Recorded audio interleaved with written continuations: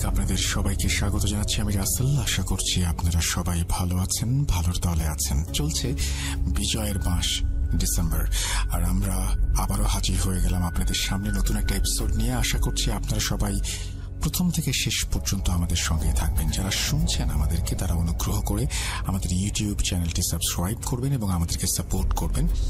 আর ঘটনা পাঠাতে হলে আমাদের ইমেল অ্যাড্রেস হচ্ছে russell.booth.com@gmail.com। আপনাদের সবার জন্য অনেক অনেক শুভকামনা এবং আশা করছি এভাবেই একসাথে অনেকটা দূর আমরা এগিয়ে যাব। বছরের শেষ মাস এটি, নতুন একটি বছর অপেক্ষা করছে আমাদের জন্য নতুন সম্ভাবনা নিয়ে, এবং আমরা নতুন বছরে নতুন কিছু উপহার দিতে চাই এবং নতুন বছরে আমরা চাই দারুণ একটা এপিসোড উপহার দিতে আপনাদের সবাইকে। এই জন্য আপনাদের ঘটনা পাঠানোটা খুব বেশি জরুরি। কথা না বাড়িয়ে আমরা সরাসরি চলে যাব আমাদের আজকের প্রথম ঘটনায়। আশা করছি এই ঘটনাটি আপনাদের ভালো লাগবে। যদি ভালো লাগে অবশ্যই আমাদেরকে জানাবেন কমেন্ট সেকশনে, ভালো না লাগলেও আমাদেরকে জানাবেন। আমি যেভাবে লেখা আছে সেভাবেই পড়ে শোনাচ্ছি। কেমন হয় যদি কোনো অলৌকিক কিছু না দেখে তার উপস্থিতি টের পাওয়া যায়, আর তা যদি চলতে থাকে অনেক দিন? আধ্যাত্মিক শক্তি যা পুরো একটি গ্রামে তাণ্ডব চালায়। আসসালামু আলাইকুম, আশা করি ভালো আছেন। আমার নাম তাসরিফ। তারপরে তিনি তার ফোন নাম্বার শেয়ার করেছেন। তিনি তারপরে লিখছেন, আমি একজন সৌদি প্রবাসী। আমার দেশের বাড়ি মুন্সিগঞ্জ জেলার টঙ্গীবাড়ি উপজেলার বেতকা নামক একটি গ্রামে। আজ আমি যে ঘটনাটি শেয়ার করতে যাচ্ছি সেটি মূলত আমার নিজ গ্রামের। শুরুতে আমি আপনাদের আমার গ্রামের বাড়ির একটু বর্ণনা দিতে চাই। আমাদের বাসা যে জায়গায়, সেখানে পাশেই একটি পুকুর, যেটা ময়লাতে পুরো ভর্তি, যা ব্যবহারের অযোগ্য। পুকুরের 3 পাশ ঘিরে বাড়ি, আর আরেক পাশে একটি পরিত্যক্ত কোল্ড স্টোরেজ। কোল্ড স্টোরেজ আর পুকুরের মাঝে রয়েছে একটি পুরনো তুলা গাছ এবং একটি তাল গাছ। পুকুরের উত্তর পাশে যেই বাড়িগুলো, তার অধিকাংশই নতুন। আগে এখানে ধান সিদ্ধ করার একটা মিল ছিল এবং ছিল ঝোপড়া কলা বাগান, যেখানে দিনের বেলায়ও কেউ যেতে চাইত না। সময়ের পরিবর্তনে মানুষ সেগুলো কেটে ঘর নির্মাণ করেছে। এত সব বর্ণনা কেন দিলাম একটু পরেই বুঝতে পারবেন। তো আর কথা না বাড়িয়ে মূল ঘটনাটি শোনা যাক। 2017 সালের শেষের দিকে আমি তখন মাত্র জেএসসি পরীক্ষা শেষ করেছি।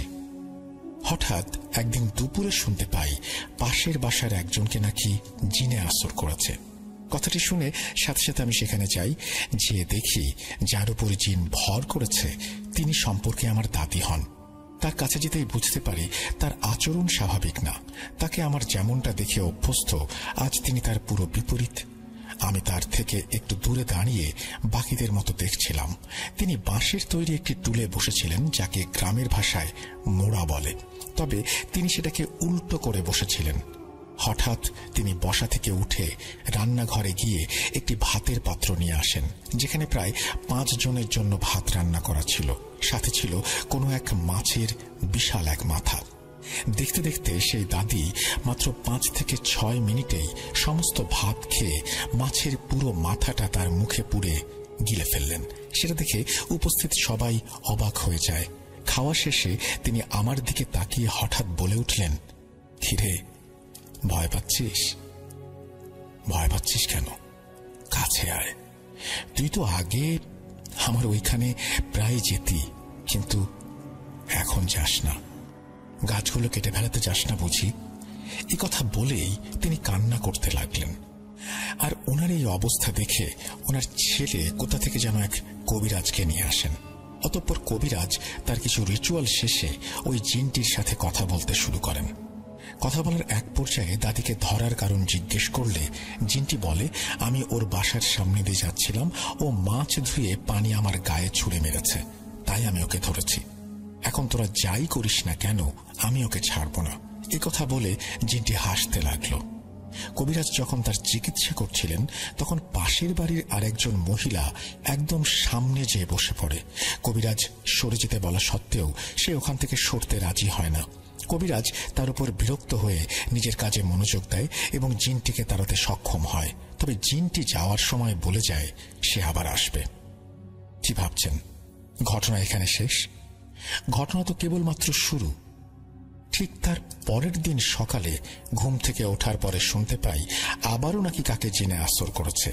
যে দেখি গতকাল যে মহিলা ওই দাদির কাছে গিয়ে বসেছিল আজ তার উপরে জিনটি ভর করেছে এবং সে বিভিন্নভাবে সবাইকে গালিগালাজ করছে।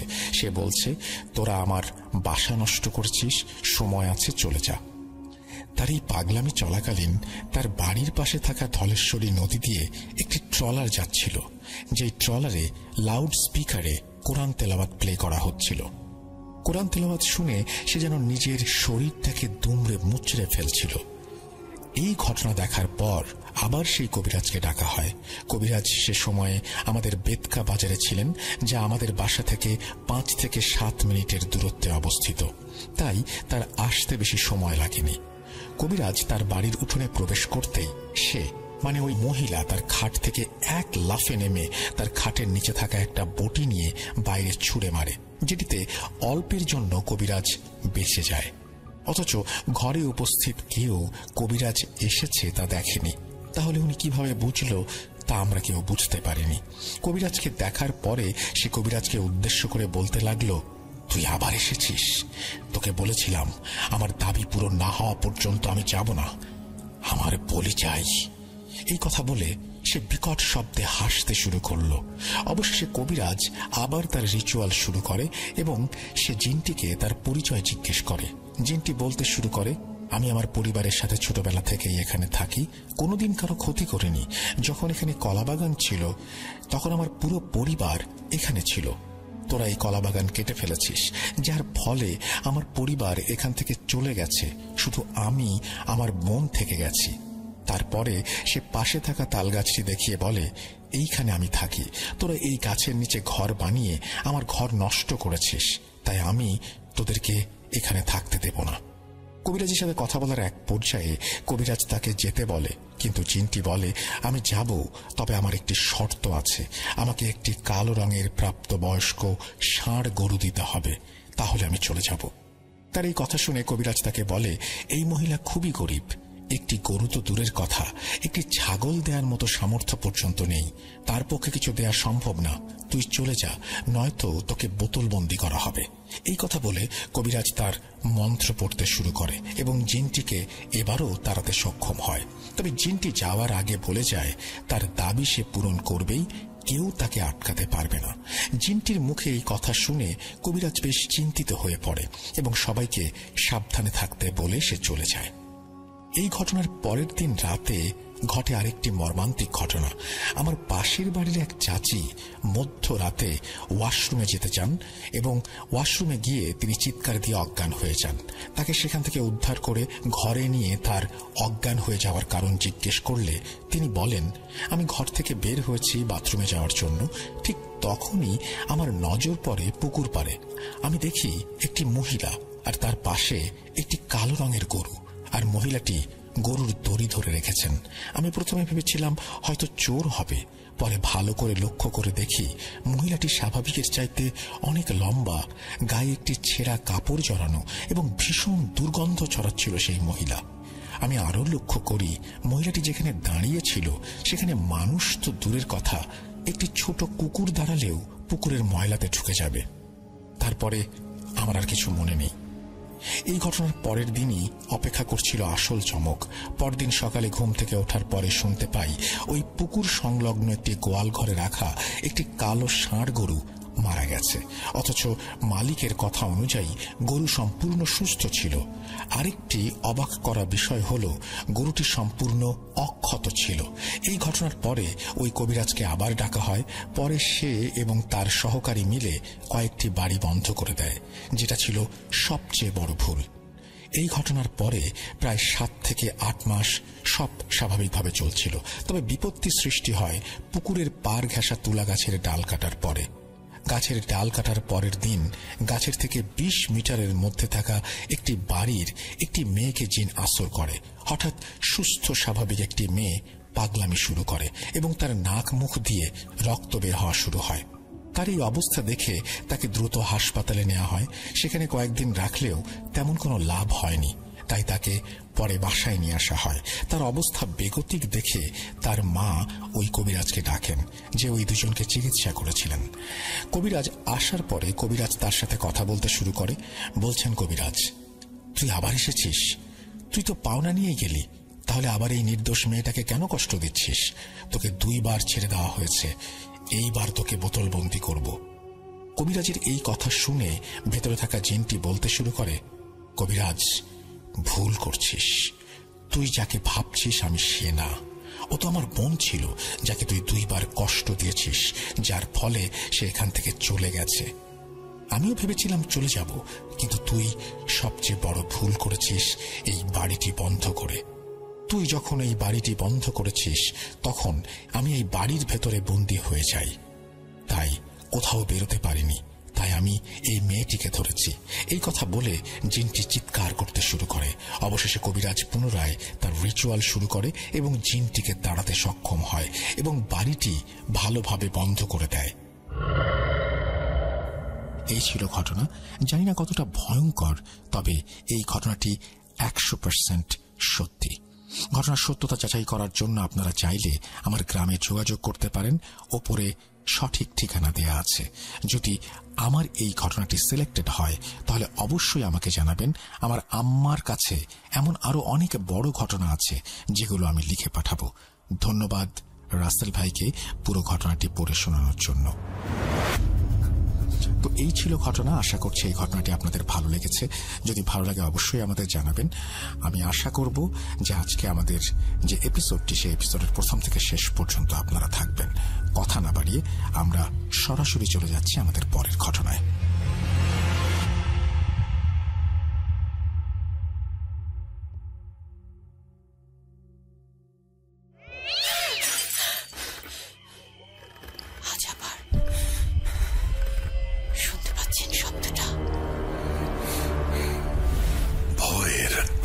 নাম ভূত.com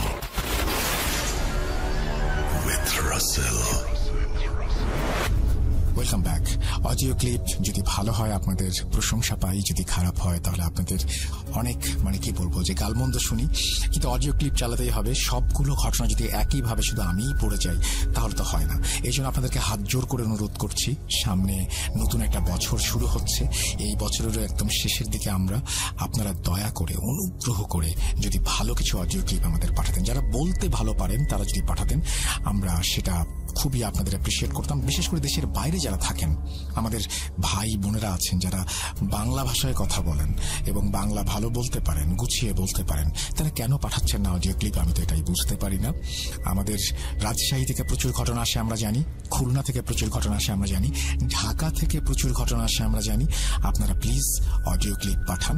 এবং আমি জানি যে কলকাতা এবং শিলিগুড়ি, এই দুটো শহর থেকেও প্রচুর প্রচুর প্রচুর পরিমাণের লিসেনার্স আমাদের সাথে যুক্ত হন। আমি আপনাদেরকে অনুরোধ করব, প্লিজ ঘটনা পাঠান অডিও ক্লিপের মতো করে। আমরা চলে যাব আমাদের পরবর্তী ঘটনায়। সাথেই থাকুন।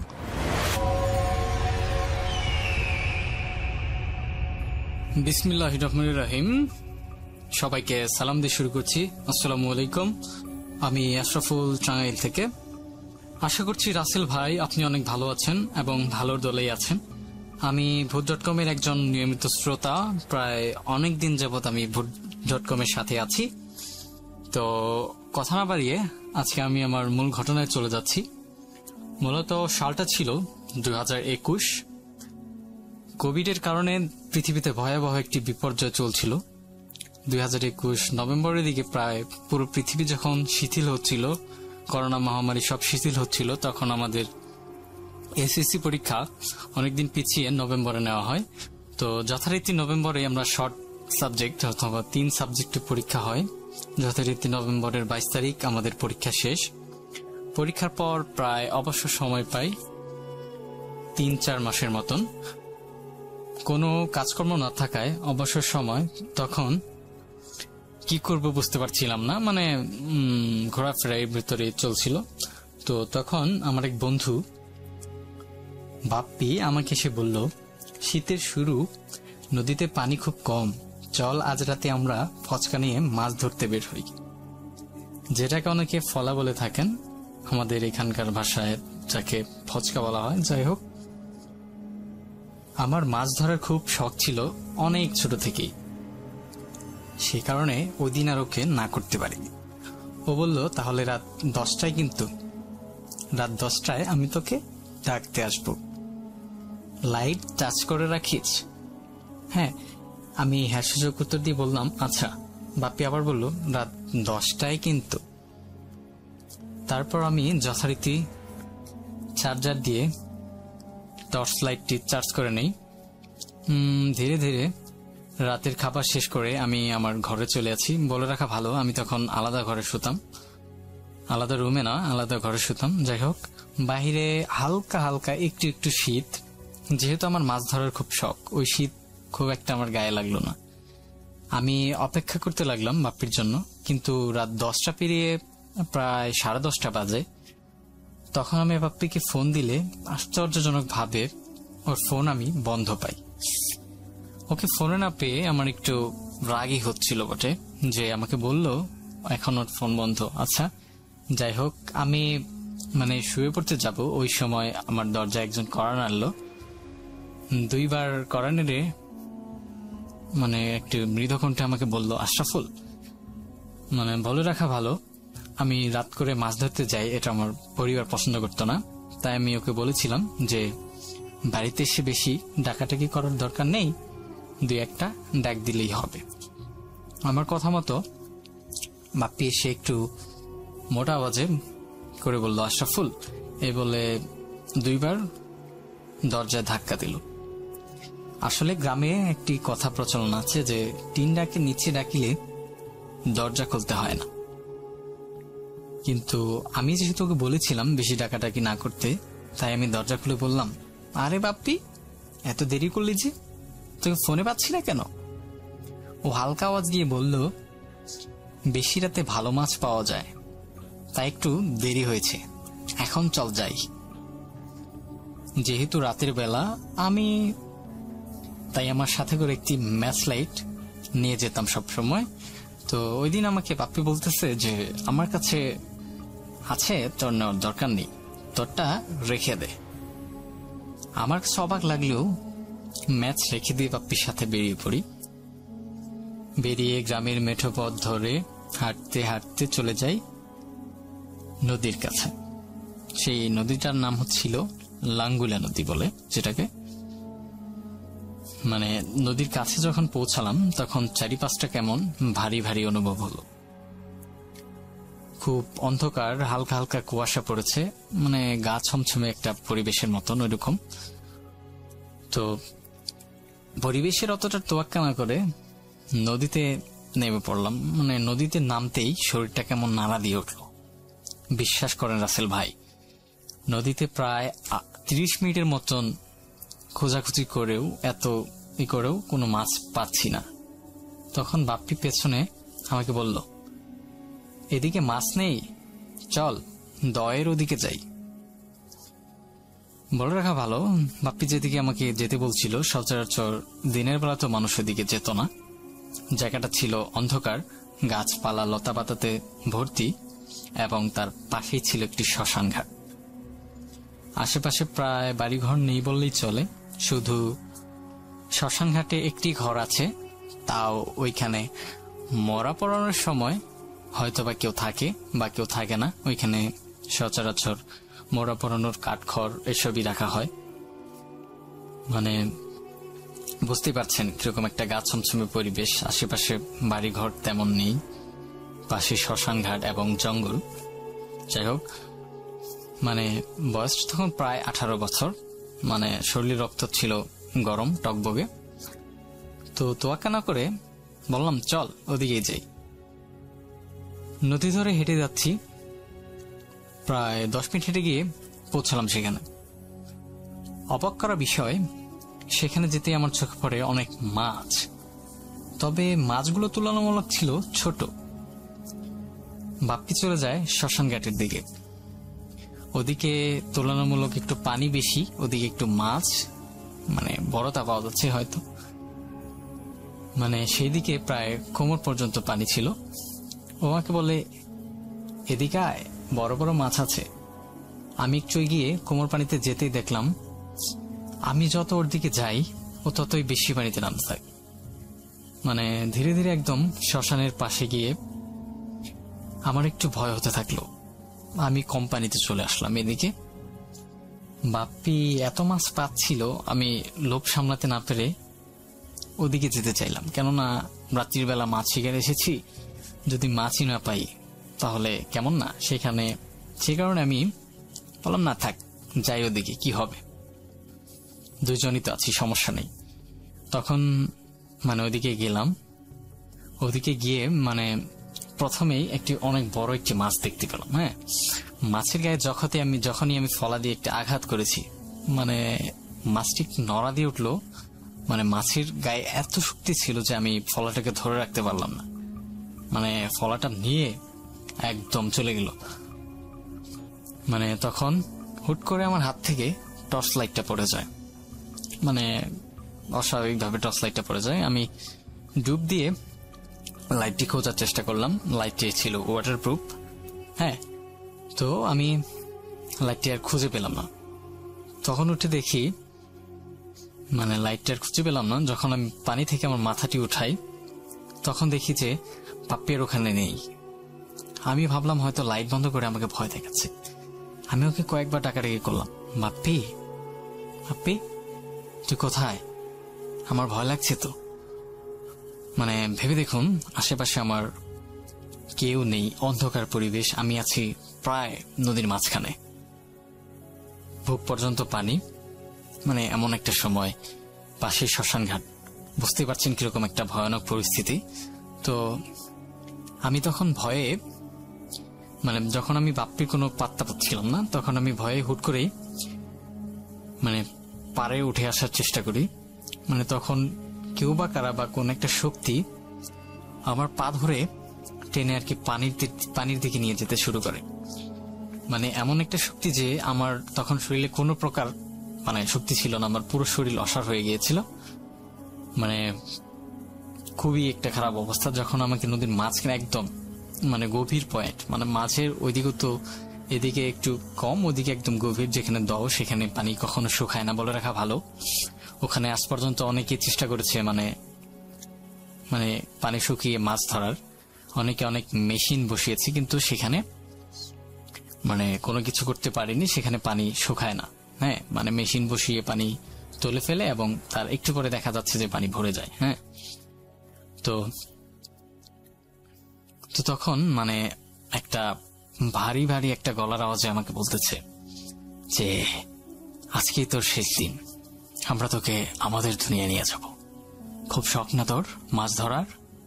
আরো ধরবি মাছ, ধর, বেশি করে মাছ ধর। আমি মুখ দিয়ে কোনো শব্দ বের করতে পারলাম না। মানে আমার পুরো শরীর যেন সে একটা মানে অস্বাভাবিক একটা শক্তি একদম গ্রাস করে আছে, যে পুরো শরীরটা এমন ভাবে ধরে আছে যে পুরো শরীর আমার অসাড় হয়ে গেছে। খুব কষ্ট করেও কোনো মানে সোরা এইসব কিছু আমি মনে করতে পারছি না। মানে কি একটা অবস্থায়, মানে আমি আসলে নিজেই কল্পনা করতে পারছি না যে আমি কি থেকে কি হয়ে গেল আসলে। তো তারপরে খুব কষ্টে, মানে খুবই কষ্টে আমি কিছু মনে করার চেষ্টা করতেছি, আমি কিচ্ছু মনে করতে পারছি না। তখন মানে হুট করে আমার পায়ে ধরে মানে নিচের দিকে টানতে শুরু করলো। নিচের দিকে টানতে একদম আমি মানে ওইখানে অনেক গভীর পয়েন্ট, একদম নিচে পর্যন্ত আমার পা মাটিতে গিয়ে ঠেকলো। মানে প্রায় আমি ওইখানে প্রায় 1 থেকে 1 মিনিটের মতন ছিলাম। মানে মনে হইলো যে আমি আর কয়েক সেকেন্ড থাকলে এখানে আমি দম বন্ধ হয়ে মারা যাবো। আমি তখন ভাবতেছি যে হয়তো আজকেই আমার শেষ দিন। মানে কি একটা অবস্থা। মানে তখন আমি খুবই কষ্টে মানে আল্লাহর নামটি আমার মনে আসে। আমি আল্লাহর নাম 2 বার পড়াতে মানে একটা মানে শিথিল একটা অবস্থা হলো যে আমার ছোড়া মনে পড়ে গেছে। তারপর মানে আমার শ্বাস প্রশ্বাস একদমই নেই, মানে আমি মুখও খুলতে পারতেছি না, এরকম একটা অবস্থা। পরে মনে মনে আমি আয়াতুল কুরসি পড়াতে মানে আয়াতুল কুরসি পড়া শেষ, তখন আমার উপর থেকে যেন কয়েক টন ওজন কমে গেল। মানে তখনও কিন্তু আমি পানির প্রায় অনেকটুকু নিচে আছি। মানে তখন মানে আমি যে পানির উপরে মানে কেমনে উঠলাম, মানে এক ধাক্কায় মনে হয় আমি উঠে গেলাম। হ্যাঁ, মানে এক জায়গায় উঠে যাওয়ার পর দেখি যে আমার ফলাটা আমার পাশে, হ্যাঁ ফলাটা আমার পাশে এবং লাইটটাও আমার, মানে আশ্চর্যজনক ভাবে লাইটটাও আমার পাশে। মানে তখন আমি লাইটটা যে ধরবো মানে ওইটুকু সাহস আমার ছিল না। তখন আমি ফলাটা ধরে আস্তে আস্তে আস্তে আস্তে কোনোভাবে মানে পারে ওঠার চেষ্টা করছি। মানে আমার শরীরে এমন একটা অবস্থা যে একটুকু শক্তি নেই, মানে নিঃশ্বাস নেব এরকমও অবস্থা নেই। মানে সাঁতার কাটার সময় আপনারা হয়তো বুঝে থাকবেন যে মানে ক্লান্ত থাকে না যখন, তো মানে নিঃশ্বাস শ্বাস প্রশ্বাস নেওয়া যায় না। তখন যে আমি নদীর মাঝখানে ওইখানে একটু মানে শ্বাস প্রশ্বাস নিয়ে তারপর আসবো ওইরকম একটা সিচুয়েশন ওইখানে নেই। মানে আমি খুবই ভয় পাচ্ছি। তো চারিদিকে একদম ঘুটঘুটে অন্ধকার। তখন আমি মানে কোন রকম ভাবে আমি মানে কোন দিকে যাব মানে আমি কোনো কিচ্ছুই দেখতে পাচ্ছি না। তখন আমি কোন রকম ভাবে মানে বলি যে আজকে একদিকে যাব, দেখা যাক একবারে গিয়ে আমার ঠেকবই। তো আমি মানে আমি ওইভাবে সাঁতার কাটতে কাটতে কাটতে কাটতে একটা সময় আস্তে আস্তে আস্তে আস্তে একটা পাড়ে এসে উঠি। হ্যাঁ, পাড়ে এসে উঠার পর মানে প্রথমে আমার পায়ে মানে যে কাঠ পোড়ালে যেরকম কয়লা হয় না, সেরকম কয়লার মধ্যে পাড়া দিয়েছি। কয়লা বেশ গরম ছিল। হ্যাঁ, কয়লা বেশ গরমই ছিল।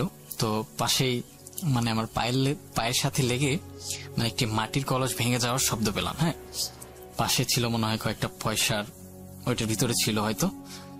তো তখন আমি আন্দাজ করতে পারছিলাম না আমি কোথায় আছি।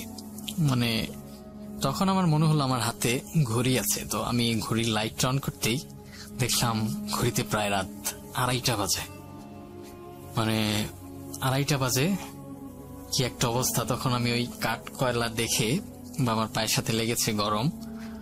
মানে তখন আমি শুনেছিলাম যে ওই শ্মশানে নাকি এই 2 দিন আগে একটি মরা পড়ানো হয়েছে, যে এখানকার কাঠ কয়লা ছিল ওগুলো এখনো প্রায় ঝুলন্ত আছে। হ্যাঁ, তো ওই জ্বলন্ত কয়লার উপরে পালে আমি তখনই মানে বুঝতে পারলাম, বা আমার বুঝতে বাকি ছিল না যে আমি কোথায় এসে উঠেছি। মানে তখন আমার বুঝতে বাকি রইল না যে আমি আর কোথাও উঠিনি, আমি শ্মশান ঘাটে এসে উঠেছি। সাথে সাথে মানে আমি সেন্সলেস হয়ে যাই, মানে তারপরের কাহিনী কি একটা অবস্থা। তো মানে সেন্সলেস হয়ে যাওয়ার পর প্রায় 14-15 ঘন্টা কেটে যায়। প্রায় তখন বেলা 3 থেকে 4টা হয়তো এরকম সামথিং বাজে। মানে আমার সেন্স ফিরে আসে। জ্ঞান ফিরতে আমি মানে শুনতে পাই আমাকে ভোরবেলা রবি মাঝি ও তার 2 ছেলে মাছ ধরতে গিয়ে শ্মশান ঘাটে শেওড়া গাছের নিচে সেন্সলেস অবস্থায় পায়। হ্যাঁ, আমার জ্ঞান ফিরতে সবাই প্রশ্ন করতে থাকে ওইখানে আমি কি করতে গিয়েছিলাম বা কেন গিয়েছিলাম, ওইখানে আমি গিয়েছিলাম কেন। মানে আমি কিছু বলার পাচ্ছিলাম না। মানে আমি কি বলবো, আমি তো এতটা মানে স্ট্রেঞ্জ, মানে এতটা চিন্তিত ছিলাম, এতটা ভয় পেয়েছিলাম যে আমি কিছু বলতে পারছিলাম না, আমি কাউকে চিনতেছিলাম না। তো মানে হুট করে আমার মনে আসলো যে আমার সাথে তো বাপ্পি ছিল। হ্যাঁ, তো তখন আমি ওকে ডেকে পাঠাই। মানে ও এসে আমাকে মানে যা বলে সেটা শোনার জন্য আমি মোটেও প্রস্তুত ছিলাম না। মানে ও বলল যে সেদিন রাতে নাকি ওর আম্মা অসুস্থ ছিল, ওর আম্মা অসুস্থ থাকায় ওরা টাঙ্গাইলে হাসপাতালে নিয়ে গিয়েছিল। মানে ওর ফোনে চার্জ ছিল না বিধায় আমাকে কল করে কিছু জানাতে পারেনি। মানে ওই দিন রাতে ওরা কেউই বাসায় ছিল না। তখন তাহলে আমাকে কে এইখান থেকে ডেকে নিয়ে গিয়েছে, মানে এটা চিন্তা করে আমার আরো একটা ভয় হতে থাকলো। তো তারপর আমি ওই দিন রাতের ঘটনা, মানে ওই দিন রাতে আমার সাথে ঘটে যাওয়া সবকিছু আমার বাড়িতে খুঁজব। তারপর বাড়িতে একটি ওঝা এসে আমাকে দেখে আমার কাহিনী শুনে মানে উনি বলেন যে বাবা তোর কপাল ভালো, তুই আজকে বেঁচে আছিস, তুই এখানে আছিস। তো মানে ঘটনাটি শুনে তারপর উনি বলল যে তোকে একটি ভয়ানক একটি খারাপ জিন আসর করেছে। মানে সে তোকে এখানে ডেকে নিয়ে গিয়েছিল বাপ্পির রূপ ধরে। সে তোকে, তার উদ্দেশ্য ছিল তোকে মেরে ফেলা। মানে এটা শুনে মানে আমার পরিবারের লোক একদম স্তম্ভিত হয়ে যায়। মানে এটা কি, একটা জিন কেনই বা আমাকে মারতে চাইবে? এটা একটা অস্বাভাবিক ঘটনা না? হ্যাঁ, খুবই অস্বাভাবিক ঘটনা। তো তারপর ওঝা সাহেব আমাকে তাবিজ দেন, পানি পড়া দেন। তারপর কিছুদিন ভালো কাটতে থাকে। গল্পটা এখানেই শেষ হতে পারত, কিন্তু যার জীবনে মানে সবকিছু ঘটবে তাকে মানে কিভাবে থামাবে? তো তারপর প্রায় কেটে যায়, প্রায় বছর খানিক সময় কেটে গেছে। তখন প্রায় সবকিছু আমার সাথে স্বাভাবিক, কোনো সমস্যা নেই। আমি প্রায় সবকিছুই, সব দিকে আমি ঠিক আছি। তো তখন আমি প্রায় কলেজ ফার্স্ট ইয়ারে পড়ি। হ্যাঁ, ফার্স্ট ইয়ারে পড়ি, প্রায় 1 বছর কেটে গেছে। মানে ফার্স্ট ইয়ারে পড়ার সময় মানে আমার গলায় যে তাবিজ ছিল, মানে আমার যে বন্ধু বান্ধব ছিল কলেজের, তারা মানে আমাকে নিয়ে হাসি তামাশা করতো যে তাবিজওয়ালা, এই সেই বিভিন্ন কিছু বলতো। তো তারপর আমি তাবিজটা খুলে ফেলি। হ্যাঁ, সেটা খুলে ফেলে দিই, রাগে ফেলে দিই।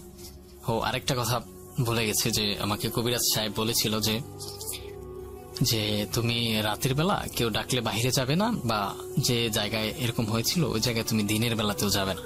হ্যাঁ, বা রাতে কেউ ডাকলে তো প্রশ্নই আসে না, সাড়া দেওয়ারই দরকার নেই। হ্যাঁ, তো আবার আসি কলেজের ঘটনায়। কলেজে মানে আমার বন্ধুরা হাসি তাচ্ছল্য করতো বিধায় আমি মানে আমার তাবিজটা কলেজ মাঠে পুকুরে ফেলে দিই। আমার কলেজের নামটা সঙ্গত কারণে নাই বললাম, যাই হোক। তো তারপর ফেলে দিলাম, মানে সব স্বাভাবিক রয়েছে। মানে বাড়িতে আসলাম, বাড়িতে আসার পর মানে গোসল টোসল করে বিকেলে খেলাধুলা করে রাতে যখন শুইতে গেলাম, হ্যাঁ রাতে আমি শুয়েছি, সব স্বাভাবিক, হ্যাঁ কোনো সমস্যা নেই। রাতে প্রায় ঘুমিয়ে পড়েছি, প্রায় রাত 1 থেকে 2টা বাজে তখন। মানে মানে রাত 2টা এরকম হয়তো সামথিং বাজে তখন। মানে আমি রাতে একটি ভয়ানক, মানে ওই বিষয়টা নিয়ে ভয়ানক একটা স্বপ্ন দেখতে থাকি, যে আমাকে উনি আবার টেনে নিয়ে যাচ্ছেন, টেনে নিয়ে গিয়ে আমাকে ওই শেওড়া গাছের মানে উপরে বসালো। হ্যাঁ, আমি এটা দেখতে পাচ্ছি। তো দেখতে পাচ্ছি, পরেই একটু পরে আমার ঘুম ভেঙে যায়। ঘুম ভেঙে গিয়ে দেখি প্রায় হয়তো রাত 2টা 2:30 এরকম বাজে। হ্যাঁ, তো ভয় পাই, তারপর পানি খেয়ে আবার শুয়ে পড়ি।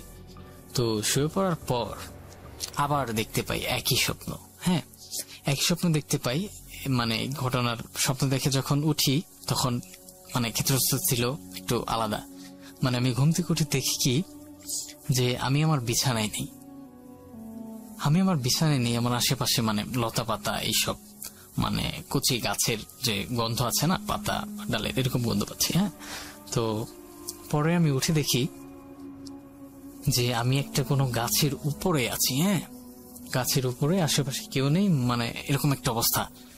মানে আমি সাথে সাথে আবার সেন্সলেস হয়ে যাই। তো তারপর মানে পরদিন সকালে যখন প্রায় আমি শুনতে পাই, যে মানে আমি সেন্সলেস ফিরে পাওয়ার পর যখন শুনতে পাই যে আমার আম্মু এসে মানে সকাল 10টার সময় আমাকে নক করতে থাকে ঘরে। যখন আমাকে ঘরে পায় না তখন মানে আমার ঘরের যে রুমের দরজা তালা ভেঙে তখন ওনারা ভিতরে প্রবেশ করে। হ্যাঁ, ভিতরে প্রবেশ করার পর দেখতে পাই আমি এখানে নেই, আমার রুমটা এলোমেলো, মানে রুমের ভেতরে কিরকম একটা আষ্টি গন্ধ আছে। হ্যাঁ, মানে লতা পাতা দিয়ে ভর্তি। তো তারপর ওনারা মানে আর তাদের আর বুঝতে বাকি রইল না যে আমি এখন কোথায় থাকতে পারি। তখন ওনারা চলে গেল সেই শ্মশান ঘাটের কাছে। সেখানে গিয়ে দেখে মানে আমি নাকি গাছের উপরে সেন্সলেস অবস্থায় শুয়ে আসি। মানে তারপরে তারা আমাকে ওইখান থেকে উদ্ধার করার পর আমাকে হসপিটালে নিয়ে যাওয়া হয়। মানে ডাক্তার আমাকে দেখে কিছু বলতে পারছিল না, মানে আমার সব রিপোর্ট সবকিছুই ছিল স্বাভাবিক। তো কিছুতেই আমার জ্ঞান ফিরছিল না, শুনলাম প্রায় 24 ঘন্টা পর আমার জ্ঞান ফিরে। মানে জ্ঞান ফেরার পর সাথে সাথে হাসপাতালে আর রাখেনি, আমাকে নিয়ে চলে যায় মানে একটি বড় একজন হুজুরের কাছে।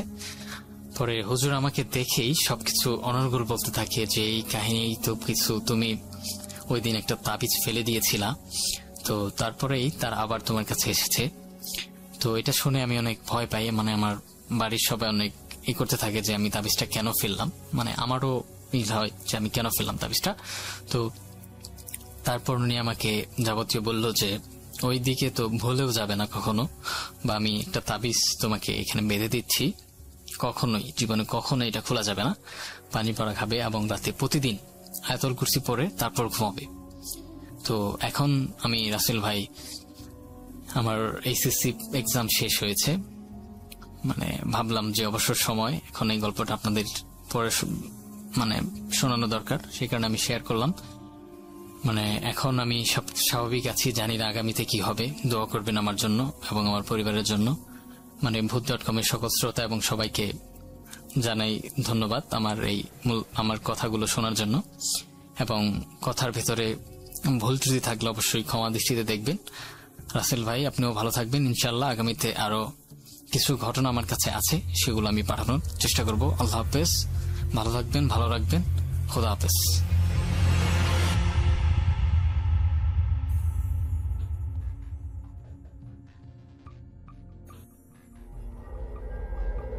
Spirit, be here with me.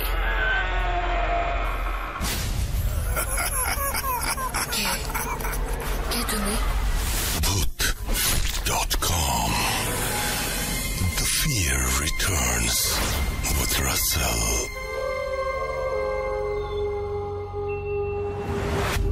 Welcome back. আপনাদের সবাইকে আরো একবার স্বাগত জানাচ্ছি। আমি রাসেল। আশা করছি আপনারা সবাই ভালো আছেন, ভালোর দলে আছেন। আমিও ভালো আছি, ভালোর দলে আছি। আর কথা না বাড়িয়ে আমরা সরাসরি চলে যাচ্ছি ঘটনায়, কারণ ঘটনার আগে বা পরে কেউ তেমন কথা শুনতে ইন্টারেস্টেড না। তো আমি যাই হোক, শুরু করছি আমাদের পরের ঘটনা।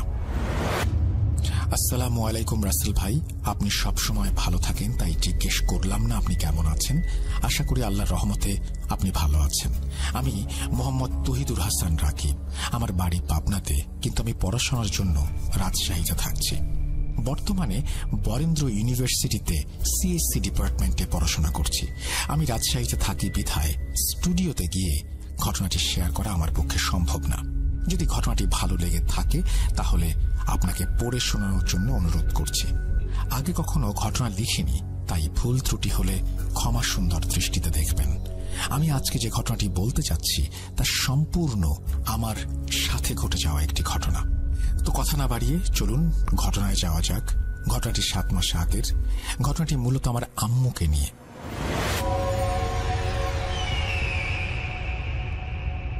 আমি ছোটবেলা থেকে দেখে আসছি আমার আম্মু অসুস্থ। ইদানিং আম্মুর অসুস্থতা বেড়ে গেছে। ডক্টরের ওষুধ ঠিক মতো কাজ করছে না। হঠাৎ করে আম্মু আমাকে বলে আম্মু নাকি বালিশের মধ্যে একটি পুতুল পেয়েছে, আবার আম্মুর একটি জামা হারিয়ে গেছে। তাই আমার সন্দেহ হলো আম্মুর ওপরে হয়তো খারাপ কিছু করা হয়েছে। তাই আমি আমার কাছের পরিচিত এক বড় ভাই সামিউল ভাইকে এই বিষয়টি বলি। সামিউল ভাই আমাকে একটি হুজুরের সন্ধান দেন। দেরি না করে পরের দিন আমরা সেই হুজুরের কাছে যাই এবং হুজুরকে সব খুলে বললে হুজুর বলে আমার কিছুদিন সময় লাগবে, আপনারা রবিবারের দিনে এসে আমার সাথে দেখা করেন, আর আমাকে আপনার নাম, আপনার আম্মুর নাম, আপনার দাদা দাদির নাম এবং আপনার ঠিকানা লিখে দেবেন এবং তারপরে যাবেন। যেই কথা সেই কাজ। হুজুরের কথা অনুসারে আমি হুজুরকে সকল তথ্য দিয়ে বাসায় চলে আসলাম।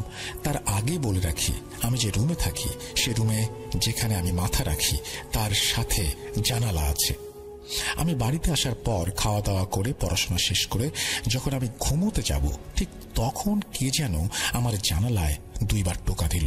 আমি হঠাৎ করে চিন্তা করলাম যে আমি 3 তলায় থাকি, তো জানালাতে কোনো মানুষ এসে টোকা দিবে কিভাবে? এটা তো সম্ভব না। তাই আমি মনের ভুল ভেবে আবারও শুয়ে পড়ি। ঠিক তার কিছুক্ষণ পর আমি আবার 2 বার জানালাতে টোকার শব্দ পাই। এবার আমি কিছুটা ভয় পেয়ে যাই। তখন সাথে সাথে আমার মনে হয় আজকে তো আমি ঘুমানোর পূর্বে আয়াতুল কুরসি পড়ে ঘুমাই নাই, তাই সাথে সাথে আয়াতুল কুরসি পড়ে শরীরটা বন্ধ করে শুয়ে পড়লাম। আলহামদুলিল্লাহ, তারপরে আর কোনো জানালাতে টোকা পড়েনি। ঠিক তারপরে রবিবারে আমি আর সামিউল ভাই যাই সেই হুজুরের কাছে। আমি হুজুরকে সালাম দিয়ে গত রাতের কথা জানালাম। হুজুর আমাকে বলল আপনি আমার কাছে এসেছেন, এটা তারা জানতে পেরেছে, তাই আপনাকে ভয় দেখানোর জন্য এমন কাজ করেছে, যেন আপনি ভয় পেয়ে কিছু না করেন। আবার হুজুর আমাকে বললেন, আচ্ছা আপনার কি কোনো চাচা বেঁচে আছেন? আমি বললাম জি বেঁচে আছেন। আমার কথা শোনার পর হুজুর বলল আপনার আম্মুর উপরে ব্ল্যাক ম্যাজিক করা হয়েছে। আমি হুজুরের কথা শুনে চিন্তায় পড়ে গেলাম। এরপর হুজুরকে বললাম, হুজুর এখান থেকে আমার আম্মুকে সুস্থ করার উপায় কি? হুজুর বললেন, আপনাকে কিছু জিনিস আনতে বলবো, যেগুলো নেওয়ার সময় আপনাকে কিছু নিয়ম মানতে হবে। গরু দিয়ে ভাঙানো খাঁটি ঘানির তেল, 3 স্থানের পানি, বড় পুকুরের পানি, নদীর স্রোতের পানি, কুয়োর পানি, 7 গাছে 14টা কাটা, কবরের মাটি, এটা আমি আনবো। আর কিছু কিনতে হবে, এর জন্য 250 টাকা লাগবে। হুজুর আমাকে এটাও বলে দিল, আপনি কাউকে কিছু বলবেন না, তাহলে যে তারা জানতে পারে নতুন করে ব্ল্যাক ম্যাজিক করতে পারে এবং আমার আর আপনার ক্ষতি হতে পারে। তাই কাজ শেষ না হওয়া পর্যন্ত কাউকে কোনো কিছু বলার দরকার নেই। হুজুরকে টাকা দিয়ে নিয়ম শিখে চলে আসলাম। সেদিন রাতে আমার সাথে কিছু হয়নি। সন্ধান পেলাম আমার বন্ধু ফারুকের গ্রামের বাড়িতে কুয়ো আর ঘানি ভাঙানো সরিষার তেল পাওয়া যায়, যা গরুর মাধ্যমে করা হয়। আমি সকল তথ্য নিয়ে ফারুককে নিয়ে চলে গেলাম ওদের বাড়িতে। সরিষার তেল নিয়ে তারপরে কুয়োর পানি আর 14টা কাটা নিয়ে আবার রাজশাহীতে ব্যাক করব। যেই ভাবা সেই কাজ। প্রথম গেলাম গরু দিয়ে ভাঙানো সরিষার তেল নিতে। তেল নেওয়ার আগ পর্যন্ত সবকিছু ঠিক ছিল। যখন তেলের বোতলটি হাতে নিলাম তখন সাথে সাথে আমার শরীরে একটি ঝাটকা দিয়ে উঠল এবং শরীরটা দুর্বল হয়ে যেতে লাগলো। ওইভাবে সরিষার তেল নিয়ে এসে কুয়োর পানি আনতে গেলাম। সেখানে গিয়ে আর এক বিপদে পড়লাম। হুজুরের বলার নিয়ম অনুসারে আমি দোয়া পড়ে কুয়োর ভেতরে বালতি ফেলে দিলাম। সাথে সাথে আমার মনে হলো আমার গলাকে যেন চেপে ধরেছে। শ্বাস নিতে পারছিলাম না, নিজেকে ছাড়াতে পারছিলাম না। পরে ফারুকের ছোঁয়াতে আমি বাস্তবে ফিরে আসি। বন্ধু ফারুক বলেছিল, তুই বালতি ফেলে চুপচাপ দাঁড়িয়েছিলি কেন? আমি বললাম, পরে বলবো বন্ধু। তখন আমি হুজুরের নিয়ম অনুসারে কুয়া থেকে পানি তুলতে পারিনি, তাই আমি পুনরায় আবার কুয়াতে বালতি ফেললাম। ঠিক আগের মতো মনে হলো কে যেন আমার গলা চেপে ধরেছে, আর সেই দিকে আমি ভ্রুক্ষেপ না করে নিজের মায়ের কথা চিন্তা করে কুয়া থেকে পানি তুলে নেই। কুয়োর পানি নেওয়ার পর আমার শরীরে আরো বেশি ঝিম ধরে যায়, মাথা ঘুরতে থাকে, আরো শরীর ভারী হয়ে যায়। তারপরে চলে গেলাম 7 গাছের 14টা কাটা তুলতে। তখন হলো আরেক বিপত্তি। আমি যেই কাটা তুলতে যাই সেই আমার হাতে কাটা ফুটে যায় এবং রক্ত বের হয়। পরে অনেক কষ্টে 14টি কাটাই তুলেছি, কিন্তু প্রতিটি কাটা তুলতে গিয়ে আমার হাতে প্রতিবার অর্থাৎ 14 বার ফুটা হয়েছে, রক্ত ঝরেছে। আমি ভাবছিলাম এত সাবধানতার সহিত কাটা তোলার পরও কেন আমার হাতে কাটা ফুটলো। সবকিছু শেষ করে ফারুকের বাড়িতে এসে খাওয়া দাওয়া শেষ করে রাজশাহীর দিকে রওনা দিলাম। যেতে যেতে আমার শরীর আরো বেশি ভারী হয়ে যাচ্ছিল। গাড়িতে ওঠার পরে আমার মনে হচ্ছিল শরীরে কোনো শক্তি নেই। সবকিছু একটা ব্যাগেই রেখেছিলাম, আমার কাছে না রেখে ফারুকের কাছে রেখে দিলাম। তারপরে কোনো রকমে আমি বাসাতে এসে ফ্রেশ হয়ে শুয়ে পড়লাম। বলে রাখি, আমার রুমে কয়েকটি হ্যাঙ্গার আছে যেখানে আমি ইলেকট্রিক্যাল জ্যাক বা কারেন্টের তারগুলোকে রাখি। তো যখন আমার চোখে ঘুম ঘুম ভাব, ঠিক তখনই হ্যাঙ্গার থেকে তারগুলো একটা একটা করে পড়ে যেতে লাগলো। আমি খুব ভয় পেয়ে নিজের রুম থেকে বের হয়ে সামিউল ভাইয়ের রুমের দিকে যাই। তাকে গিয়ে সবকিছু বলি। ভাই আমাকে বলল, আজকে তোকে তোর রুমে ঘুমাতে হবে না, তুই আমার সাথে ঘুমাস। আমি সামিউল ভাইয়ের কথা অনুসারে ভাইয়ের রুমে ঘুমিয়ে যাই। আমি তার পরের দিন যাই পদ্মা নদীর স্রোতের পানি আনতে। পদ্মা নদীতে সামিউল ভাইয়ের সাথে যাই। নদীর ধারে একটা নৌকা মাথা ছিল। আমি নৌকা দেখে নৌকার মাথায় এসে নিচু হয়ে হুজুরের বলা নিয়ম অনুসারে পানি নিতে যাব। ঠিক তখনই নৌকাটা দুলছিল, নিজেকে ধরে রাখতে পারছিলাম না, মনে হচ্ছিল পড়ে যাব। কিন্তু আল্লাহ পাকের অশেষ রহমতে নৌকা নড়া থেমে যায় এবং আমি পানি নিয়ে উপরে চলে আসি। আমি এসে সামিউল ভাইকে বললাম, নৌকা এমন ভাবে নড়ছিল কেন? একটু হলে তো পড়ে যেতাম। তখন ভাই যা বলল সেটা শুনে আমি শকড হয়ে গেলাম। ভাই বলল, তুই নৌকাতে যাওয়ার পর পানির ঢেউ কেমন যেন কমে আসলো, আর নৌকা একদম স্বাভাবিক ছিল, একটুও নড়েনি। আমি ভাইয়ের কথা শুনে ভাবতে লাগলাম, আমি তো নৌকা নড়ার জন্য পড়ে যেতে নিয়েছিলাম, কিন্তু সামিউল ভাই এসব কি বলছে? এরপরে সেদিন বিকেলেই যাই বড় পুকুরের পানি আনতে। একাই গিয়েছিলাম, আলহামদুলিল্লাহ কোনো সমস্যা হয়নি। পরে বৃহস্পতিবারে আমরা আবার হুজুরের কাছে যাই। তাকে সেদিন রাতের কথা বলি এবং হুজুর যেগুলো নিয়ে আসতে বলেছিল সেগুলো তাকে সবকিছু দিয়ে আসি এবং তিনি আমাকে বলেন, আপনি পরের রবিবারে একান্তে আমার সাথে দেখা করবেন। আরো একটা কথা বলে দিলেন যে যতদিন সবকিছু সমাধান না হচ্ছে আপনি একা একা থাকবেন না। আমি হুজুরের কথা শুনে চলে আসলাম। পরের রবিবারে হুজুরের কাছে গেলে হুজুরকে পাইনি। একদিন হুজুর বলেছেন, আমি ব্যস্ত আছি, এই দিন এসো। এইভাবে প্রায় 2 সপ্তাহ পরে হুজুর আমাকে কল দেন এবং আমাকে যেতে বলেন। আমি হুজুরের ওখানে গেলে হুজুর আমাকে কিছু জিনিস দেন এবং সেগুলো একটা মাটির হাঁড়িতে রেখে সুন্দর করে দোয়া পড়ে ফু দিয়ে ঢাকনা আটকিয়ে নিয়ে বাড়ির মাটির নিচে পুঁতে দিতে বলেন। বলে রাখি, আমি মাদ্রাসার ছাত্র ছিলাম, তাই আমি প্রায় সকল দোয়া পারি। হুজুরের কাছ থেকে বাসায় চলে আসলাম এবং আম্মুর থেকে বাকি সব উপকরণ নিয়ে মাটির হাঁড়ির মধ্যে সব রেখে দোয়া পড়ে সেই মাটির হাঁড়িটি পুঁতে দেই। এই সব করার পরে আম্মু কিছুদিন ভালো ছিল। আম্মু ঠিক মতো ওষুধ খাচ্ছিল, কিন্তু হঠাৎ করে আম্মুর অবস্থা খারাপ হয়ে যায়। আমার আগের মতো সমস্যা দেখা দেয়। আমি হুজুরকে কল করি, হুজুর বলেন ব্যস্ত আছি, ওই দিন আসো। এইভাবে হুজুরও আমার বাড়িতে আসেন নাই। আমার আম্মু এখনো সুস্থ হয়নি। দোয়া চাই আমার আম্মুর জন্য, সবাই আমার আম্মুর জন্য দোয়া করবেন। এই ছিল ঘটনা। ঘটনাটি একদম সত্য। বিশ্বাস করা না করা এটা একান্ত আপনাদের ব্যক্তিগত ব্যাপার। আমার জীবনে ঘটে যাওয়া এটাই প্রথম ঘটনা। আমি পুতুলের ছবি ইমেল করে আপনাদের দিয়ে দেব। ধন্যবাদ রাসেল ভাই, ধন্যবাদ সবাইকে। সবাই ভালো থাকবেন, আমার আম্মুর জন্য দোয়া করবেন। আমার মনে হয় যে এই ঘটনার শেষাংশটা আমরা অল্প কিছুদিনের মধ্যে জানতে পারবো, কারণ ঘটনাটি আমার কাছে মনে হচ্ছে এখানেই শেষ না। এর ভেতরে আরো অনেক ধরনের কাহিনী লুকিয়ে আছে। সেই কাহিনীগুলো আমরা জানতে চাই, শুনতে চাই, বুঝতে চাই। আমি চলে যাব আমাদের পরবর্তী ঘটনায়।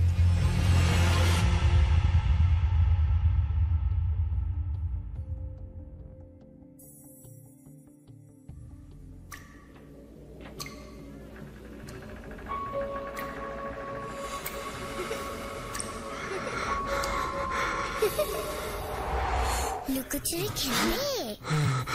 লুকোচুরি তুমি লুকাও, আমি ঠিকই তোমাকে খুঁজে পাবো।